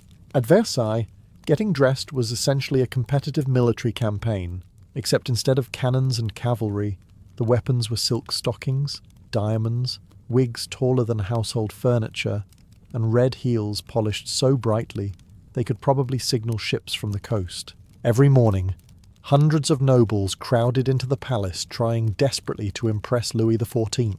Not through intelligence, bravery, or competence, of course. That would have been exhausting. No, they competed through appearance, through posture, through fashion, through who could stand nearest to the king while looking the most financially irresponsible, and Louis encouraged all of it, because the king understood something brilliant. Distracted nobles were harmless nobles. Before Versailles, French aristocrats had spent generations plotting rebellions, building regional power, and occasionally trying to overthrow the monarchy. Very inconvenient behaviour. But Louis found a solution. Instead of fighting them directly, he transformed them into full-time luxury addicts, trapped inside a golden palace. Suddenly dukes and princes spent their days obsessing over court etiquette instead of politics. Who could wear what colour? Who could sit near the king? Who was allowed certain fabrics? And most importantly, who had the right heels? Red heels became one of the clearest symbols of royal favour. Only nobles approved by Louis could wear specific styles of red heels at court. The shoes acted almost like a membership badge for the richest club in Europe, a club where entry requirements included owning 17 wigs and pretending to enjoy indoor fountains. And the nobles obeyed eagerly. Some spent absurd amounts of money on clothing just to survive socially at Versailles. A single outfit could cost more than what an ordinary family earned in years. Tailors, shoemakers, wig makers, and perfumers became essential to court life, because appearances had become politically important. You were not merely dressing yourself, you were performing status. The palace itself intensified this madness. Mirrors reflected candlelight across endless golden halls, while musicians played during dinners that lasted hours. Perfume filled the air so heavily it nearly functioned as a weather system. Everywhere, heels clicked sharply against polished marble floors in a constant rhythm of wealth and insecurity. And beneath all that elegance sat pure anxiety. Because fashion mistakes mattered. A noble who appeared outdated, poorly dressed, or unfashionable risked humiliation at court. Worse, they risked losing proximity to the king himself. At Versailles, attention from Louis meant power, money, and influence. So noblemen practiced walking gracefully in heels that made basic movement unnecessarily dangerous. Imagine twisting your ankle because the king thought red shoes looked impressive. Entire aristocratic careers balanced on footwear, and somehow, everyone involved believed this system represented the peak of civilization. For most of history, nobody thought heels were feminine. In fact, the exact opposite was true. Heels were originally associated with soldiers, horsemen, kings, and aristocrats. People who desperately wanted everyone around them to know they possessed both money and authority. If anything, heels were aggressively masculine. They projected power, confidence, and the comforting knowledge that someone else was probably paying your taxes for you. The trend began centuries earlier with Persian cavalry riders. Their heeled shoes helped secure their feet inside stirrups during combat, especially while standing to fire arrows from horseback. Practical, useful, deadly. Then European diplomats visited Persia in the early 17th century and immediately became fascinated, not by the military tactics, by the shoes, because European aristocrats have always possessed an extraordinary ability to misunderstand foreign cultures in the most expensive way possible. Soon, wealthy men across Europe began copying Persian riding fashion. Heels spread through royal courts, first among noblemen who wanted to appear worldly and sophisticated, and once kings started wearing them, everyone else followed automatically. That was how fashion worked in royal Europe. One powerful man wore something strange, and suddenly half the continent limped around, pretending it made sense. The higher the heel, the more elite you appeared. Tall heels altered posture, forcing noblemen to stand with their chest forward and back straight. Combined with silk stockings that showed off their calves, the shoes created a dramatic silhouette meant to project elegance and superiority. Aristocrats became deeply obsessed with their legs during this period. Portraits from the 17th century often show kings posing proudly, with one leg extended, like they were auditioning for a ballet about taxation. Louis XIV especially adored this style. The French king was not particularly tall, so his heels added extra height while also reinforcing his royal image. He commissioned elaborate portraits showing himself in towering red heels, embroidered robes, and silk stockings, staring confidently into the distance as though he personally invented sunlight. And honestly, in Versailles, people probably applauded when he entered a room. But fashion trends are fragile little creatures. Over time, attitudes began shifting. During the 18th century, Enlightenment thinkers started valuing practicality, restraint, and reason. Men's fashion slowly became darker, simpler, and more restrained. Heels gradually disappeared from male clothing while remaining in women's fashion instead, which is ironic. For centuries, powerful European men wore makeup, wigs, lace, jewellery, perfume, silk stockings, and red high heels without anyone questioning their masculinity. Then suddenly society decided this was unacceptable. History changes very quickly sometimes, usually for reasons nobody fully understands. And somewhere in a dusty royal portrait gallery, Louis XIV still stands forever in his red heels, looking absolutely convinced he is the most intimidating man in Europe. One of the greatest achievements of European aristocracy was turning impracticality into a status symbol. The less useful your clothing appeared, the more powerful you seemed. Red heels were perfect for this system. After all, nobody wearing delicate silk stockings and bright red shoes was expected to shovel manure, repair fences, or sprint across muddy fields chasing escaped pigs. Those were activities for peasants. Nobles existed for far more important responsibilities, such as standing dramatically beside windows and discussing who had offended whom at dinner. Fashion became a visual language of wealth. Every detail mattered. High heels suggested you never performed physical labour. Pale skin proved you did not work outdoors. Soft hands demonstrated you had servants for everything unpleasant. Enormous wigs showed you possessed enough free time to spend 3 hours preparing your hair like a decorative hunting dog. The message was simple. I am rich enough to survive while contributing almost nothing practical. And honestly, the strategy worked remarkably well for centuries. At royal courts, appearance often mattered more than competence. A nobleman who looked elegant, fashionable, and refined could gain influence simply by fitting into court culture correctly. Meanwhile, a brilliant military commander who dressed poorly risked being ignored entirely. Human civilization occasionally makes very questionable hiring decisions. Versailles pushed this obsession to absurd extremes.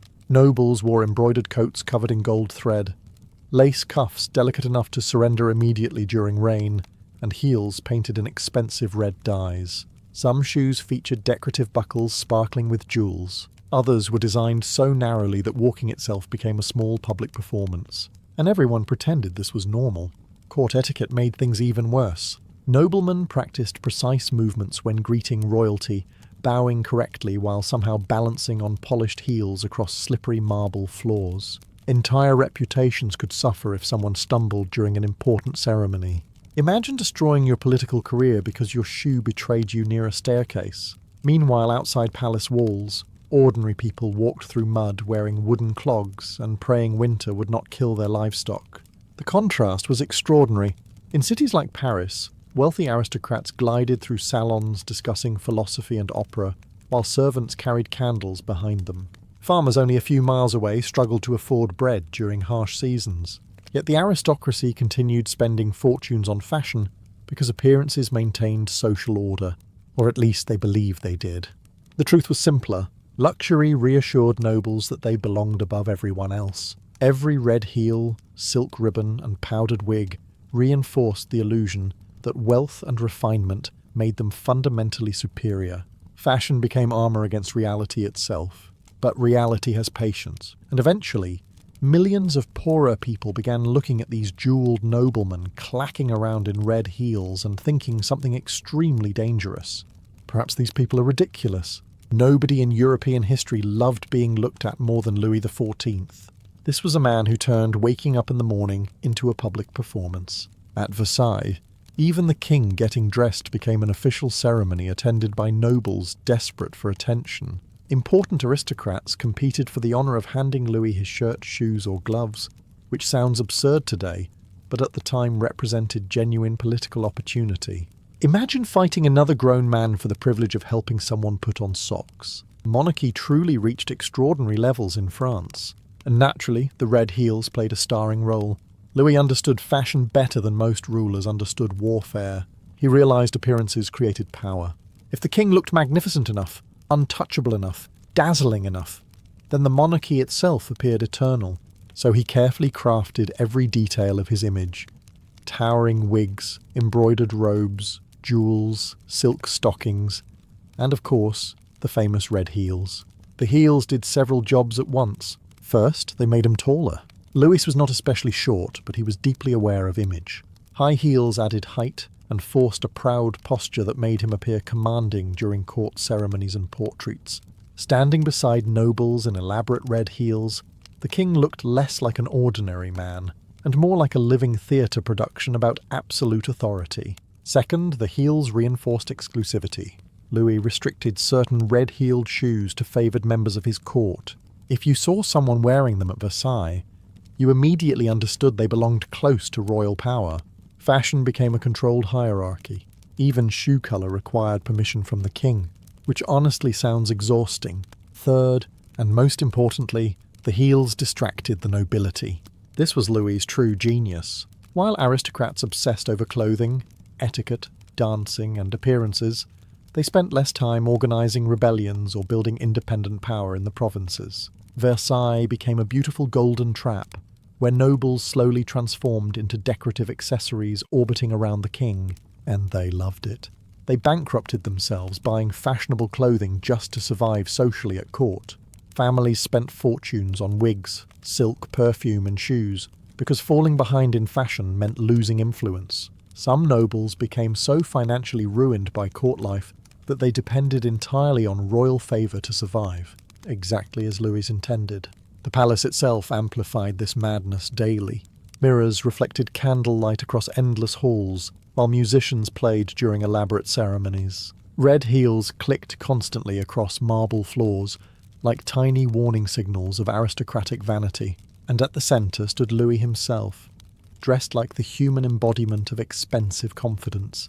The Sun King, a ruler so committed to appearances that he convinced an entire generation of noblemen to wear bright red high heels without hesitation. Honestly, that level of influence is almost impressive enough to justify the monarchy. Almost. At some point, people stopped seeing red heels as fashionable and started seeing them as insulting. This was not immediate. For decades, European nobles had strutted through palaces dressed like extremely confident wedding cakes, while ordinary people mostly tolerated it. Kings wore jewels worth entire villages. Aristocrats powdered their wigs with flour during periods when actual bread became difficult to afford. Everyone simply accepted this arrangement, because monarchy depended heavily on the idea that rich people were somehow closer to God. Then food prices rose, and suddenly the heels looked different. By the 18th century, France faced growing economic problems. Wars drained money. Taxes crushed ordinary people. Harvest failures created hunger across the countryside, while Versailles continued glowing like a giant golden chandelier visible from space. And inside that palace, nobles still competed over silk ribbons and shoe buckles. The contrast became impossible to ignore. To peasants and city workers struggling to survive, aristocratic fashion no longer looked elegant. It looked ridiculous. Worse, it looked cruel. Red heels, once symbols of royal prestige, now represented detachment from reality itself. Imagine trying to explain to a starving farmer that the kingdom absolutely needed another ballroom filled with men dressed like decorative parrots. Even some intellectuals began mocking court fashion openly.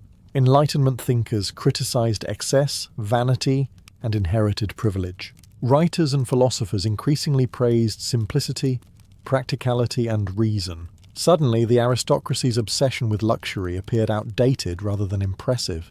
Fashion trends started shifting alongside politics. Men's clothing slowly became darker, plainer, and more restrained. Bright silks and towering heels faded from elite male fashion.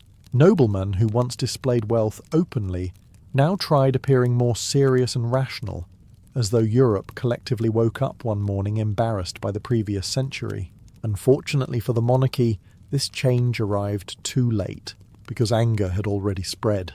By the time the French Revolution exploded in 1789, aristocratic fashion had become symbolic of everything ordinary people hated about the old system. Extravagant wigs, jewels, perfumes, and red heels represented privilege built upon inequality. And revolutionary crowds were not particularly interested in preserving luxury footwear traditions. Many nobles fled France entirely.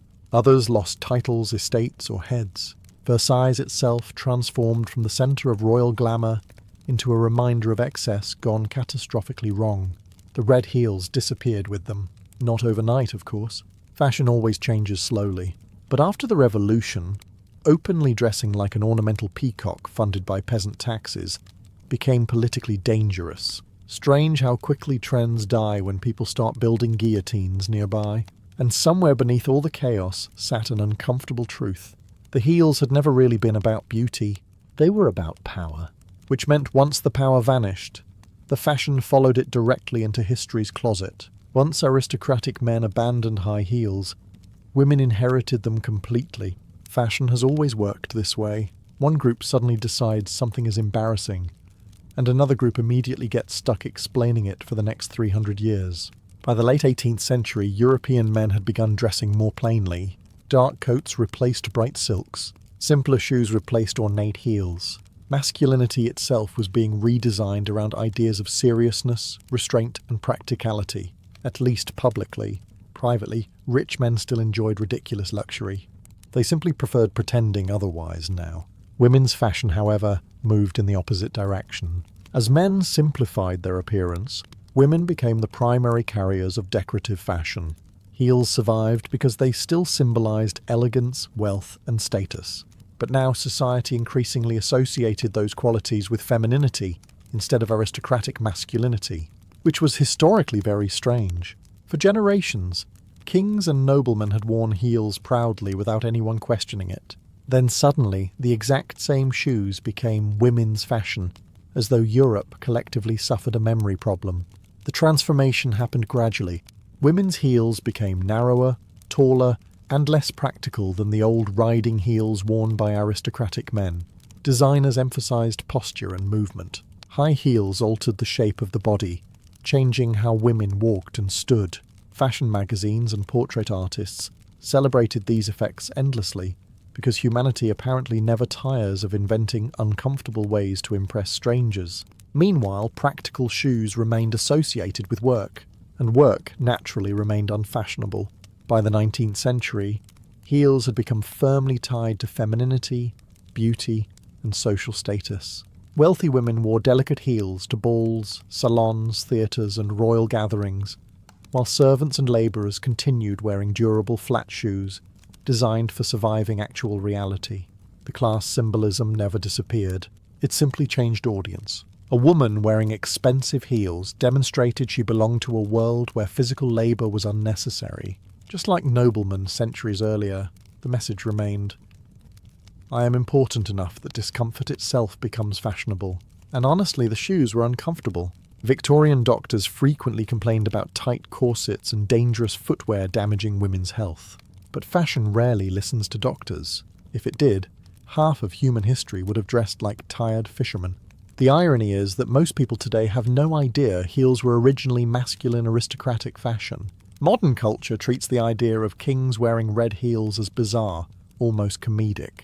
But to Louis XIV, the shoes symbolized authority, prestige, and royal magnificence, which means somewhere in history, a French king wearing scarlet high heels would probably stare at modern sneakers with complete horror, and frankly he might have a point.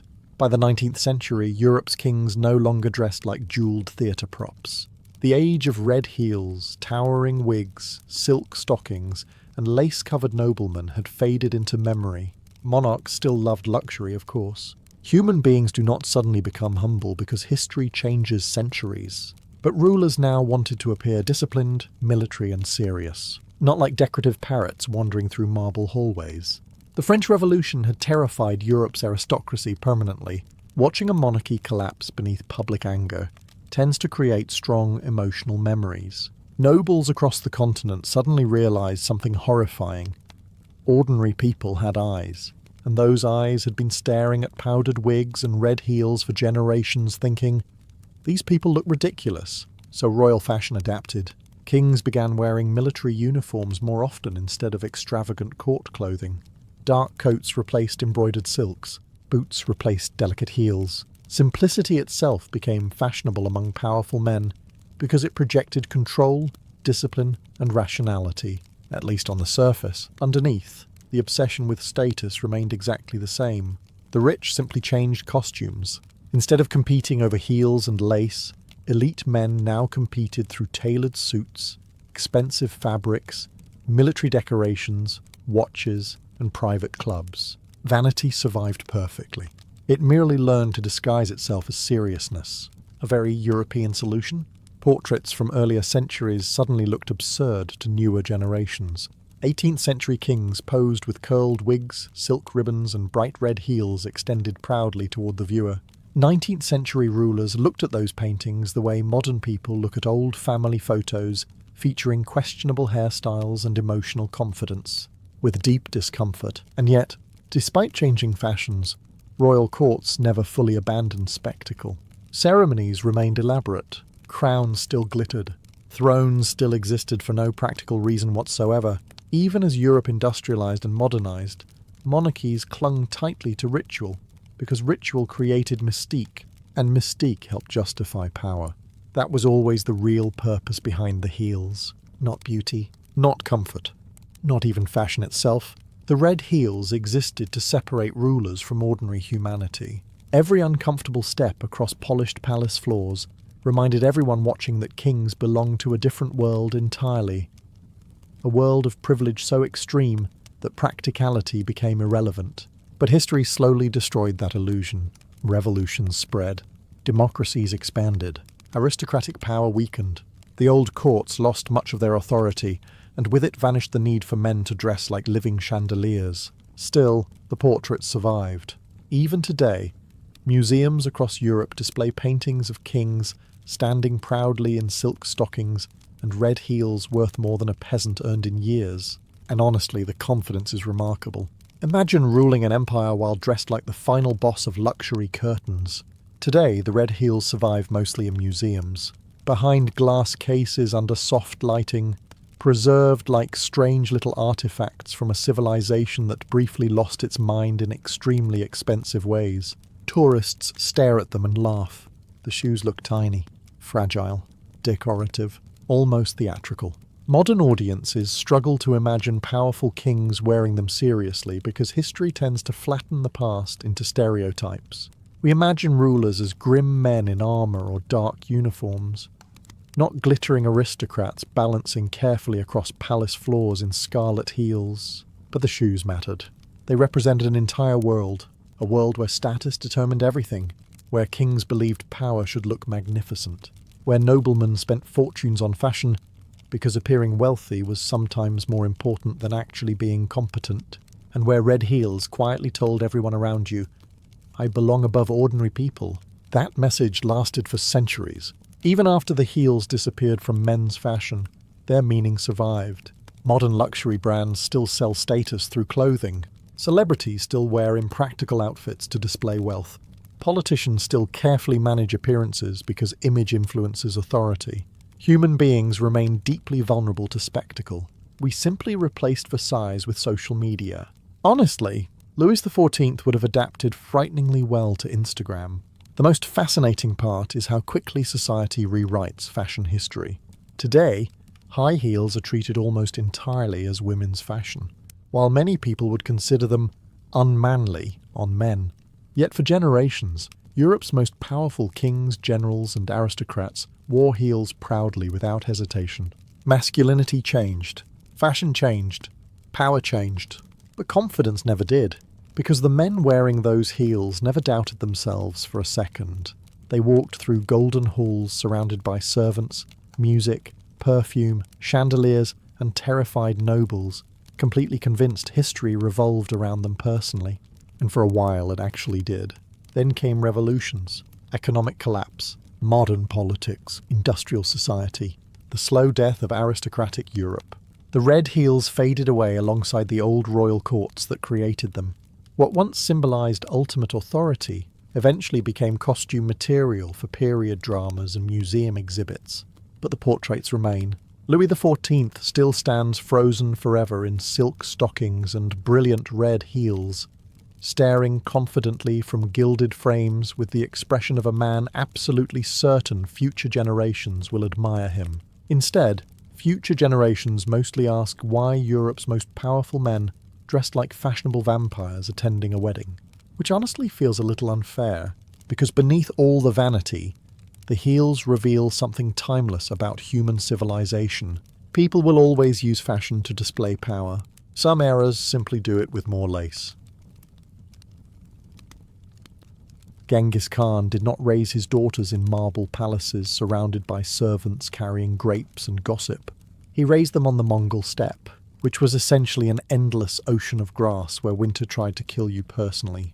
The Mongol world was vast, cold, and brutally practical. The winds never seemed to stop. Summers baked the plains beneath open skies, while winters froze rivers solid and turned exposed fingers black with frost. Villages barely existed. Cities were distant rumours. Most Mongols lived in great circular felt tents called gurs that could be packed onto wagons and moved across the steppe whenever the herds needed fresh grazing land. Everything moved constantly. People, animals, entire societies. And from the moment Genghis Khan's daughters were born, they were expected to survive inside this harsh world without complaint. There was no separate princess education on the Mongol steppe. No embroidery lessons beside castle windows. No delicate court manners taught by powdered tutors. A daughter of Genghis Khan learned the same brutal realities as everyone else. Ride well, endure hardship, obey quickly, and never become weak enough to slow the group down. Because on the steppe, weakness killed people. Mongol girls learned horseback riding almost as soon as they could walk steadily. Children practically grew up in saddles.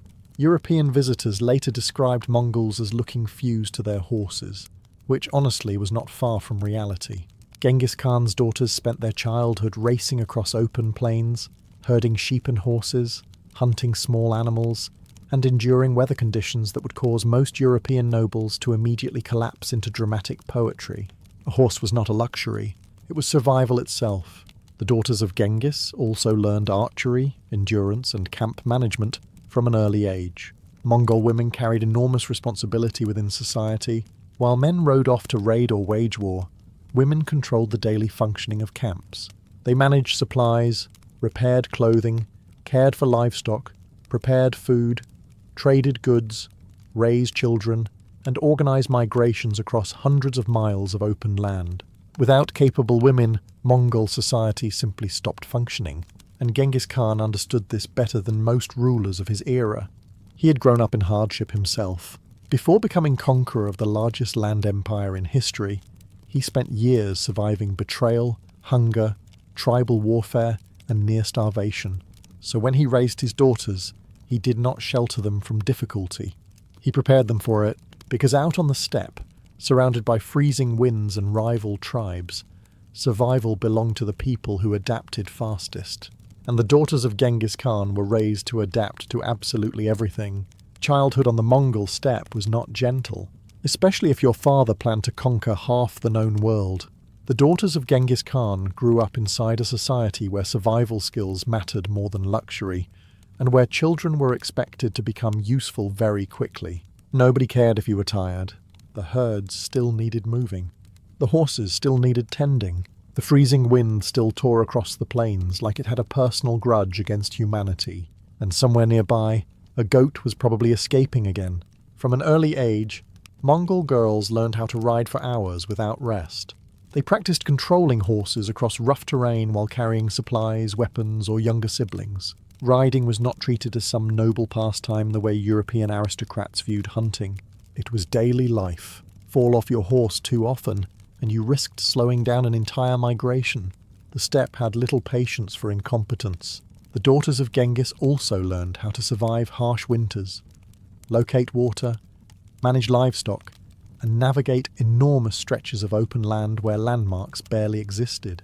Mongols developed extraordinary memory for terrain and direction, because getting lost out there was an excellent way to become frozen decorative scenery for wolves. And wolves were everywhere. The girls grew up hearing them at night beyond the camps while fires crackled inside the jers. They learned quickly that fear itself was useless. Storms came suddenly. Livestock died unexpectedly. Rival tribes raided without warning. The Mongol world rewarded calmness under pressure because panic solved absolutely nothing. Genghis Khan respected this mentality deeply. Unlike many rulers of the medieval world, he did not treat daughters as politically unimportant. Mongol women often held real authority within society, especially among elite families. Women managed camps, supervised trade, controlled supplies, and occasionally ruled territories, while male relatives fought distant wars. Competence mattered more than gender, a shockingly modern concept compared to many kingdoms at the time, where noble women were often treated like decorative furniture with marriage contracts attached. The daughters of Genghis learned politics alongside survival. Around campfires, they listened to discussions about alliances, betrayals, raids, and tribal loyalty. They watched envoys arrive from distant clans carrying gifts, threats, or marriage proposals. They learned early that leadership required strategy as much as strength, and strength itself came in many forms. Some daughters became skilled riders and administrators. Others developed sharp political instincts. But all of them grew up understanding one brutal truth about Mongol life. Nothing was guaranteed. Not food, not safety, not power. Out on the endless steppe, survival belonged to the people who stayed adaptable, observant, and ruthless when necessary. And Genghis Khan intended his daughters to become exactly that. Genghis Khan did not marry off his daughters simply to create peaceful family alliances. He used them to build an empire, a very large difference. In much of medieval Europe, royal daughters were often traded into marriages, where their primary political duty involved producing heirs and quietly surviving terrible castles with damp walls and disappointing husbands. Mongol politics worked differently. When Genghis Khan arranged marriages for his daughters, he frequently placed them into positions of genuine authority, and then he made their husbands leave. This was an incredible strategy, honestly. Genghis would marry a daughter to the ruler of an allied tribe or kingdom. Then, shortly afterward, he would send the new husband away on military campaigns alongside the Mongol armies. Many of these men died in battle, very unfortunate for them personally. But while the husbands fought, the daughters ruled. The women of Genghis Khan's family often governed territory stretching across important trade routes and frontier regions of the empire. Some controlled cities, taxation systems, caravan networks, and military logistics. Others supervised vast lands connecting Mongolia to Central Asia. The daughters became critical political anchors holding the empire together, while Mongol armies expanded outward. And unlike many rulers of the era, Genghis trusted them deeply. One daughter, Alakai Beki, ruled territories in northern China and helped secure dangerous border regions. Another daughter, Altalun, reportedly became respected for her intelligence and leadership. Mongol records and later Persian accounts repeatedly describe Genghis Khan relying heavily on the abilities of his daughters and female relatives, which makes sense. He had raised them on the steppe to survive chaos from childhood. Now he expected them to manage it politically. Marriage itself became less about romance and more about strategic control. By placing daughters into powerful allied families, Genghis extended Mongol influence without needing constant military occupation. His daughters effectively acted as governors, diplomats, and stabilizers across enormous regions of the empire. Meanwhile, their husbands were usually far away fighting wars somewhere unpleasant. The arrangement also strengthened loyalty. Allied tribes connected themselves directly to the bloodline of Genghis Khan, which carried enormous prestige and intimidation. Betraying the Mongol Empire suddenly meant betraying your wife's terrifyingly successful family. Not ideal for domestic harmony. What is remarkable is how much real authority these women exercised. In many medieval societies, female political power remained unofficial or heavily restricted. Among the Mongol elite, however, women could hold administrative control openly, especially when they proved capable. And capability mattered more than tradition to Genghis Khan. The empire expanded too quickly and violently to waste talent. So while much of the medieval world underestimated women politically, the daughters of Genghis Khan governed trade routes, influenced diplomacy, and helped maintain one of the largest empires in human history, all while riding horses across windswept plains. Which honestly sounds far more productive than most royal courts in Europe at the time. As the Mongol Empire expanded, the daughters of Genghis Khan found themselves ruling some of the most important territories on Earth. Not villages, not tiny estates, entire trade regions connected to the Silk Road itself, which meant these women controlled wealth flowing between China, Central Asia, Persia, and beyond. Silk, horses, spices, silver, weapons, furs, precious stones. Everything moved through Mongol territory now. Caravans crossed deserts and mountains beneath the protection of the empire, carrying enough riches to make European kings emotionally unstable. And many of those routes were supervised by Genghis Khan's daughters. This was not symbolic power. It was real administration. The Mongol Empire depended heavily on movement and communication. Armies travelled constantly. Messengers crossed enormous distances. Trade had to continue flowing because conquest alone did not sustain an empire forever. Someone needed to organize supplies, taxes, local alliances, security, and political stability. The daughters helped do exactly that. Alakai Beki became especially important after marrying into the Ongut tribe, which guarded key frontier territories near northern China. She reportedly played a major role in maintaining loyalty among local rulers, while securing strategic trade routes for the Mongols. Persian historians later described her as intelligent, capable, and politically effective, which was fortunate, because frontier politics during Mongol expansion was essentially one long emergency meeting, with occasional massacres. Other daughters and female relatives also exercised authority across different regions. Mongol noblewomen supervised courts, handled diplomatic negotiations, and managed enormous estates, while male relatives campaigned abroad. In some cases, women even controlled military resources and coordinated defences against rebellions or rival tribes. And they did all this while living in a culture built around mobility. That part often surprises people. The Mongols did not construct giant stone capitals at first like European monarchies. Power moved with the camps. Elite women often travelled with enormous mobile courts carried across the steppe by wagons, servants, guards, and herds of animals stretching across the horizon.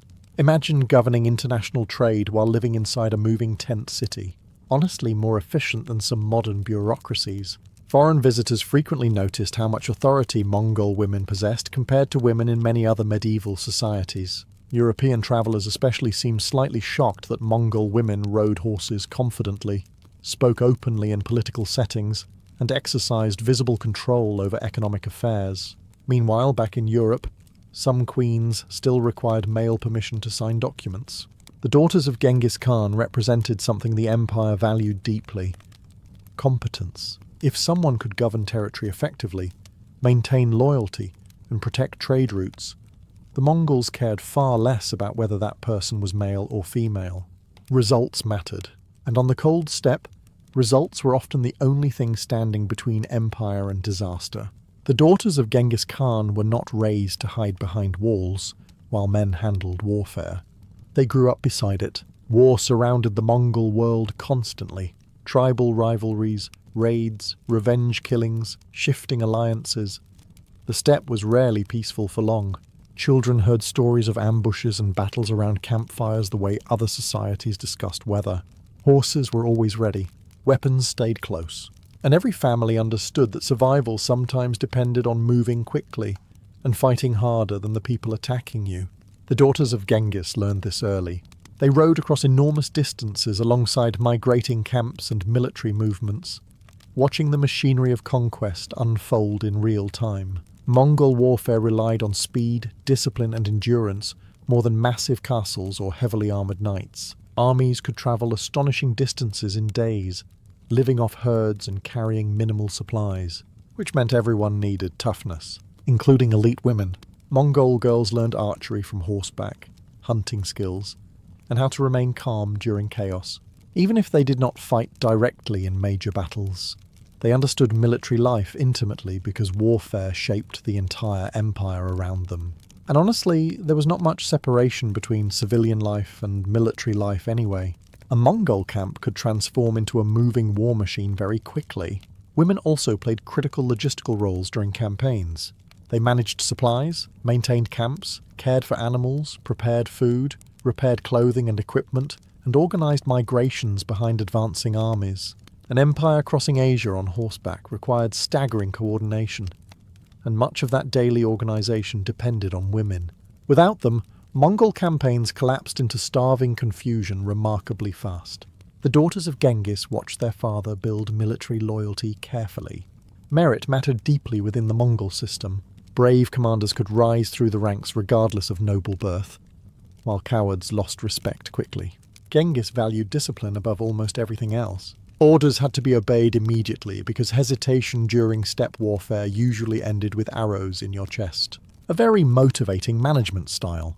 The girls also witnessed the emotional cost of conquest. Men left for campaigns and never returned. Rival tribes disappeared entirely after resisting Mongol rule. Camps filled with wounded soldiers, captured animals, and stories of brutal victories across distant lands. The empire grew larger every year, but expansion carried enormous violence behind it. Genghis Khan did not hide these realities from his daughters. He wanted them to understand power completely. Not just ceremony or titles, but the harsh machinery required to maintain authority across enormous territories. And on the steppe, authority rested heavily on military strength. The daughters learned that survival depended on preparation, discipline, and adaptability. Horses had to remain ready. Supplies had to stay organized. Weak leadership invited disaster, because the Mongol Empire moved fast, and anything too fragile to keep pace was eventually left behind. As the empire expanded across Asia, the daughters of Genghis Khan carried another responsibility just as important as warfare or politics. They became the mothers of future rulers, and in Mongol society, motherhood was not treated as some quiet background role hidden behind palace curtains. The women of Genghis Khan's family shaped dynasties directly. They raised sons who would inherit armies, govern territories, negotiate alliances, and occasionally start catastrophic civil wars like emotionally unstable weather systems. Very productive family environment overall. The daughters understood from childhood that bloodlines mattered enormously inside the empire. Loyalty to the descendants of Genghis Khan became one of the central pillars holding the Mongol world together. A ruler connected to the great conqueror's family possessed legitimacy that no ordinary tribal chief could easily challenge, which meant the women carrying that bloodline held tremendous influence. Mongol mothers supervised the education of elite children carefully. Boys learned riding, archery, hunting, and military discipline almost immediately. They were taught endurance before comfort, obedience before pride. A future Mongol ruler needed toughness, because weakness on the steppe attracted rivals faster than spilled meat attracted wolves. The daughters of Genghis passed down the survival mentality they had inherited themselves. Children grew up inside moving camps filled with soldiers, envoys, merchants, and political tension. They listened to discussions about alliances and betrayals while watching maps spread across carpets inside great tents. They learned quickly that empire required constant vigilance and constant movement. Mothers also taught practical administration. Mongol elite women frequently managed households and camps, while men campaigned abroad. So daughters and sons alike observed women exercising real authority from childhood. Unlike many medieval courts where noble women were pushed into ceremonial roles, Mongol society expected capable women to solve problems directly. If supplies failed, people starved. If horses weakened, armies slowed. If alliances collapsed, wars followed. There was little room for ornamental leadership. The daughters of Genghis also carried cultural traditions across vast distances as the empire spread. Through marriage alliances and mobile courts, they helped maintain Mongol identity while ruling regions filled with different languages, religions, and customs. One generation earlier, the Mongols had been scattered tribes fighting for survival. Now their descendants ruled enormous territories stretching across continents, an extraordinary transformation within a single lifetime. But raising children inside the Mongol Empire came with constant uncertainty. Succession struggles haunted elite families. Brothers competed for power. Rival factions formed around different branches of the royal bloodline. A child born into the family of Genghis Khan inherited prestige, wealth, and danger simultaneously. The daughters understood this perfectly. They had been raised on the steppe by a man who conquered through adaptability, discipline, and ruthless political awareness. Now they raised the next generation the same way. Because in the Mongol world, survival was never guaranteed. Not even for the children of empire. When people think about the Mongol Empire, they usually imagine cavalry charging across open plains, cities burning, and Genghis Khan glaring at maps while somebody nearby experiences profound regret. What they rarely imagine are his daughters quietly holding the empire together behind the scenes. But they did.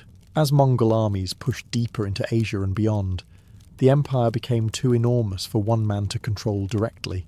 Territories stretched across deserts, mountains, forests, and trade cities, filled with people who spoke dozens of different languages. Messages took weeks or months to travel. Governors needed authority, alliances needed maintenance, taxes needed collecting, and somebody had to stop everything from collapsing into chaos. Very often that somebody was one of Genghis Khan's daughters. The women of the royal family managed frontier regions, supervised trade routes, negotiated with local rulers, and stabilized newly conquered territories, while Mongol commanders remained away at war. In many ways, they acted as the connective tissue of the empire itself. Without capable administration, conquest meant nothing. The Mongols understood this clearly. Alakai Beki became especially influential after marrying into the Ongud people near northern China. She reportedly helped secure key border territories and maintained loyalty among local tribes during periods of rapid expansion. Other daughters ruled regions connected to the Silk Road, where controlling trade meant controlling wealth. And the wealth moving through Mongol territory was staggering. Caravans carried silk, gold, silver, spices, horses, furs, weapons, and precious stones across thousands of miles. The Mongol Empire eventually created one of the largest trade networks in medieval history, protected by military patrols and diplomatic agreements stretching across continents. Meanwhile, somewhere inside a moving Mongol camp, one of Genghis Khan's daughters was probably organizing supply inventories while men with swords dramatically discussed glory. History often works this way. The loudest people receive the legends. The organized people keep civilization functioning. The daughters also became political mediators inside the royal family itself. Succession disputes constantly threatened Mongol unity after Genghis grew older. Rival branches of the family competed for influence, territory, and military support. Elite women often acted as negotiators between powerful factions because they possessed connections across multiple tribal alliances through marriage and bloodline, which required extraordinary political skill. One wrong decision inside the Mongol royal family could trigger civil war across half a continent. And eventually it did. But during the early decades of expansion, the daughters of Genghis Khan helped maintain stability across a rapidly growing empire, held together by loyalty, fear, trade, and horses travelling at terrifying speed across the steppe. Not bad for women. Many medieval societies would have dismissed entirely. Then again, most medieval societies never produced an empire large enough to make maps nervous. The daughters of Genghis Khan learned something early that many kings never understood. Power was temporary. On the Mongol steppe, nothing stayed still long enough to trust completely. Herds moved constantly. Camps migrated with the seasons. Alliances shifted. Weather changed without warning. One winter storm could destroy livestock. One betrayal could erase an entire tribe from history. The steppe trained people to adapt or disappear. And the daughters of Genghis carried that mentality into politics. Unlike rulers raised inside permanent stone palaces, Mongol elites understood movement. Their courts travelled. Their armies travelled. Even their homes moved across the grasslands on giant wagons pulled by oxen and camels. Power itself felt mobile, flexible, almost alive. This shaped how the daughters governed. They valued loyalty, speed, and practical decision-making over ceremony. A ruler who could not respond quickly to crises lost authority fast. There was little patience for weakness or indecision when entire regions depended on stable trade routes and military protection. And honestly, the Mongol world rarely allowed emotional overthinking anyway. If a blizzard was approaching, nobody gathered for philosophical debate beside candles. You moved the animals immediately or froze to death. The daughters also understood leadership through observation. They had watched Genghis Khan rise from near starvation and tribal exile to ruler of the largest land empire in human history. They saw firsthand how discipline, organization, and ruthless strategy transformed scattered nomadic tribes into an unstoppable force. But they also witnessed the fragility beneath that success. The empire depended heavily on personal loyalty to the royal family. Conquered peoples obeyed partly out of fear, partly because Mongol rule often protected trade and stability better than endless regional wars had before. But underneath it all remained constant tension. Too many ambitious generals, too many rival heirs, too much land. The daughters learned to navigate this dangerous environment carefully. They built alliances through marriage, diplomacy, and trade while balancing relationships between tribal leaders, military commanders, and royal relatives. Every political decision carried risks because the empire expanded faster than anyone could fully control. And after Genghis Khan died, those risks became far more dangerous. The unity holding the empire together slowly weakened as different branches of the family competed for dominance. Brothers argued, grandsons fought wars against each other, regional rulers gained independence. The giant empire eventually fractured into separate khanates spread across Asia and Eastern Europe. But during its rise, the daughters of Genghis Khan helped maintain order inside one of the most extraordinary political systems in medieval history, not through luxury, not through courtly charm, but through endurance learned on the cold Mongol steppe, a place where survival came first, weakness invited disaster, and children grew up understanding that power belonged only to those strong enough to hold on to it. When Genghis Khan died in 1227, he left behind the largest land empire the world had ever seen, but he also left behind daughters capable of helping hold it together. That part often gets forgotten.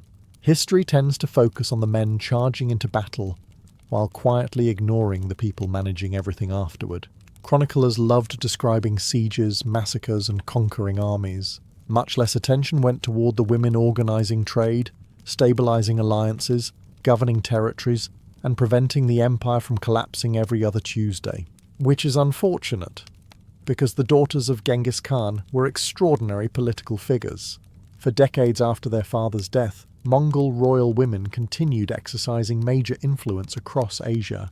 They supervised trade networks, advised rulers, managed courts, and protected the authority of the royal bloodline during increasingly dangerous succession struggles. And those struggles became brutal.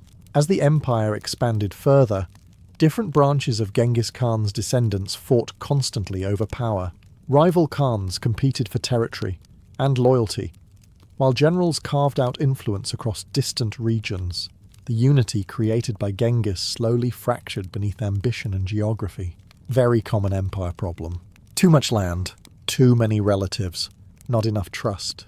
Yet throughout this chaos, Mongol women often remained central to diplomacy and governance. Some acted as regents for young heirs, others negotiated between rival factions or protected political stability during transitions of power. Elite women of the Mongol world frequently possessed authority that surprised foreign observers, especially Europeans accustomed to more restrictive court systems. Persian and Chinese chroniclers occasionally described these women with a mixture of admiration and confusion, because they were not passive royal figures. They rode horses, directed political decisions, controlled wealth, and occasionally intimidated powerful men who underestimated them. The legacy of Genghis Khan's daughters also survived culturally. Their lives reflected the values of the steppe itself: endurance, adaptability, mobility, and practical leadership. They were raised in harsh conditions that demanded competence from everyone, regardless of gender. Survival mattered more than appearances. A radical concept compared to certain medieval courts where noblemen spent entire afternoons arguing about lace sleeves. Even centuries later, Mongol royal women remained symbols of strength within regional history and folklore. Though many of their names faded from popular memory outside Central Asia, their influence shaped the administration and survival of one of history's greatest empires. And honestly, their achievements become even more impressive when you remember the environment they came from.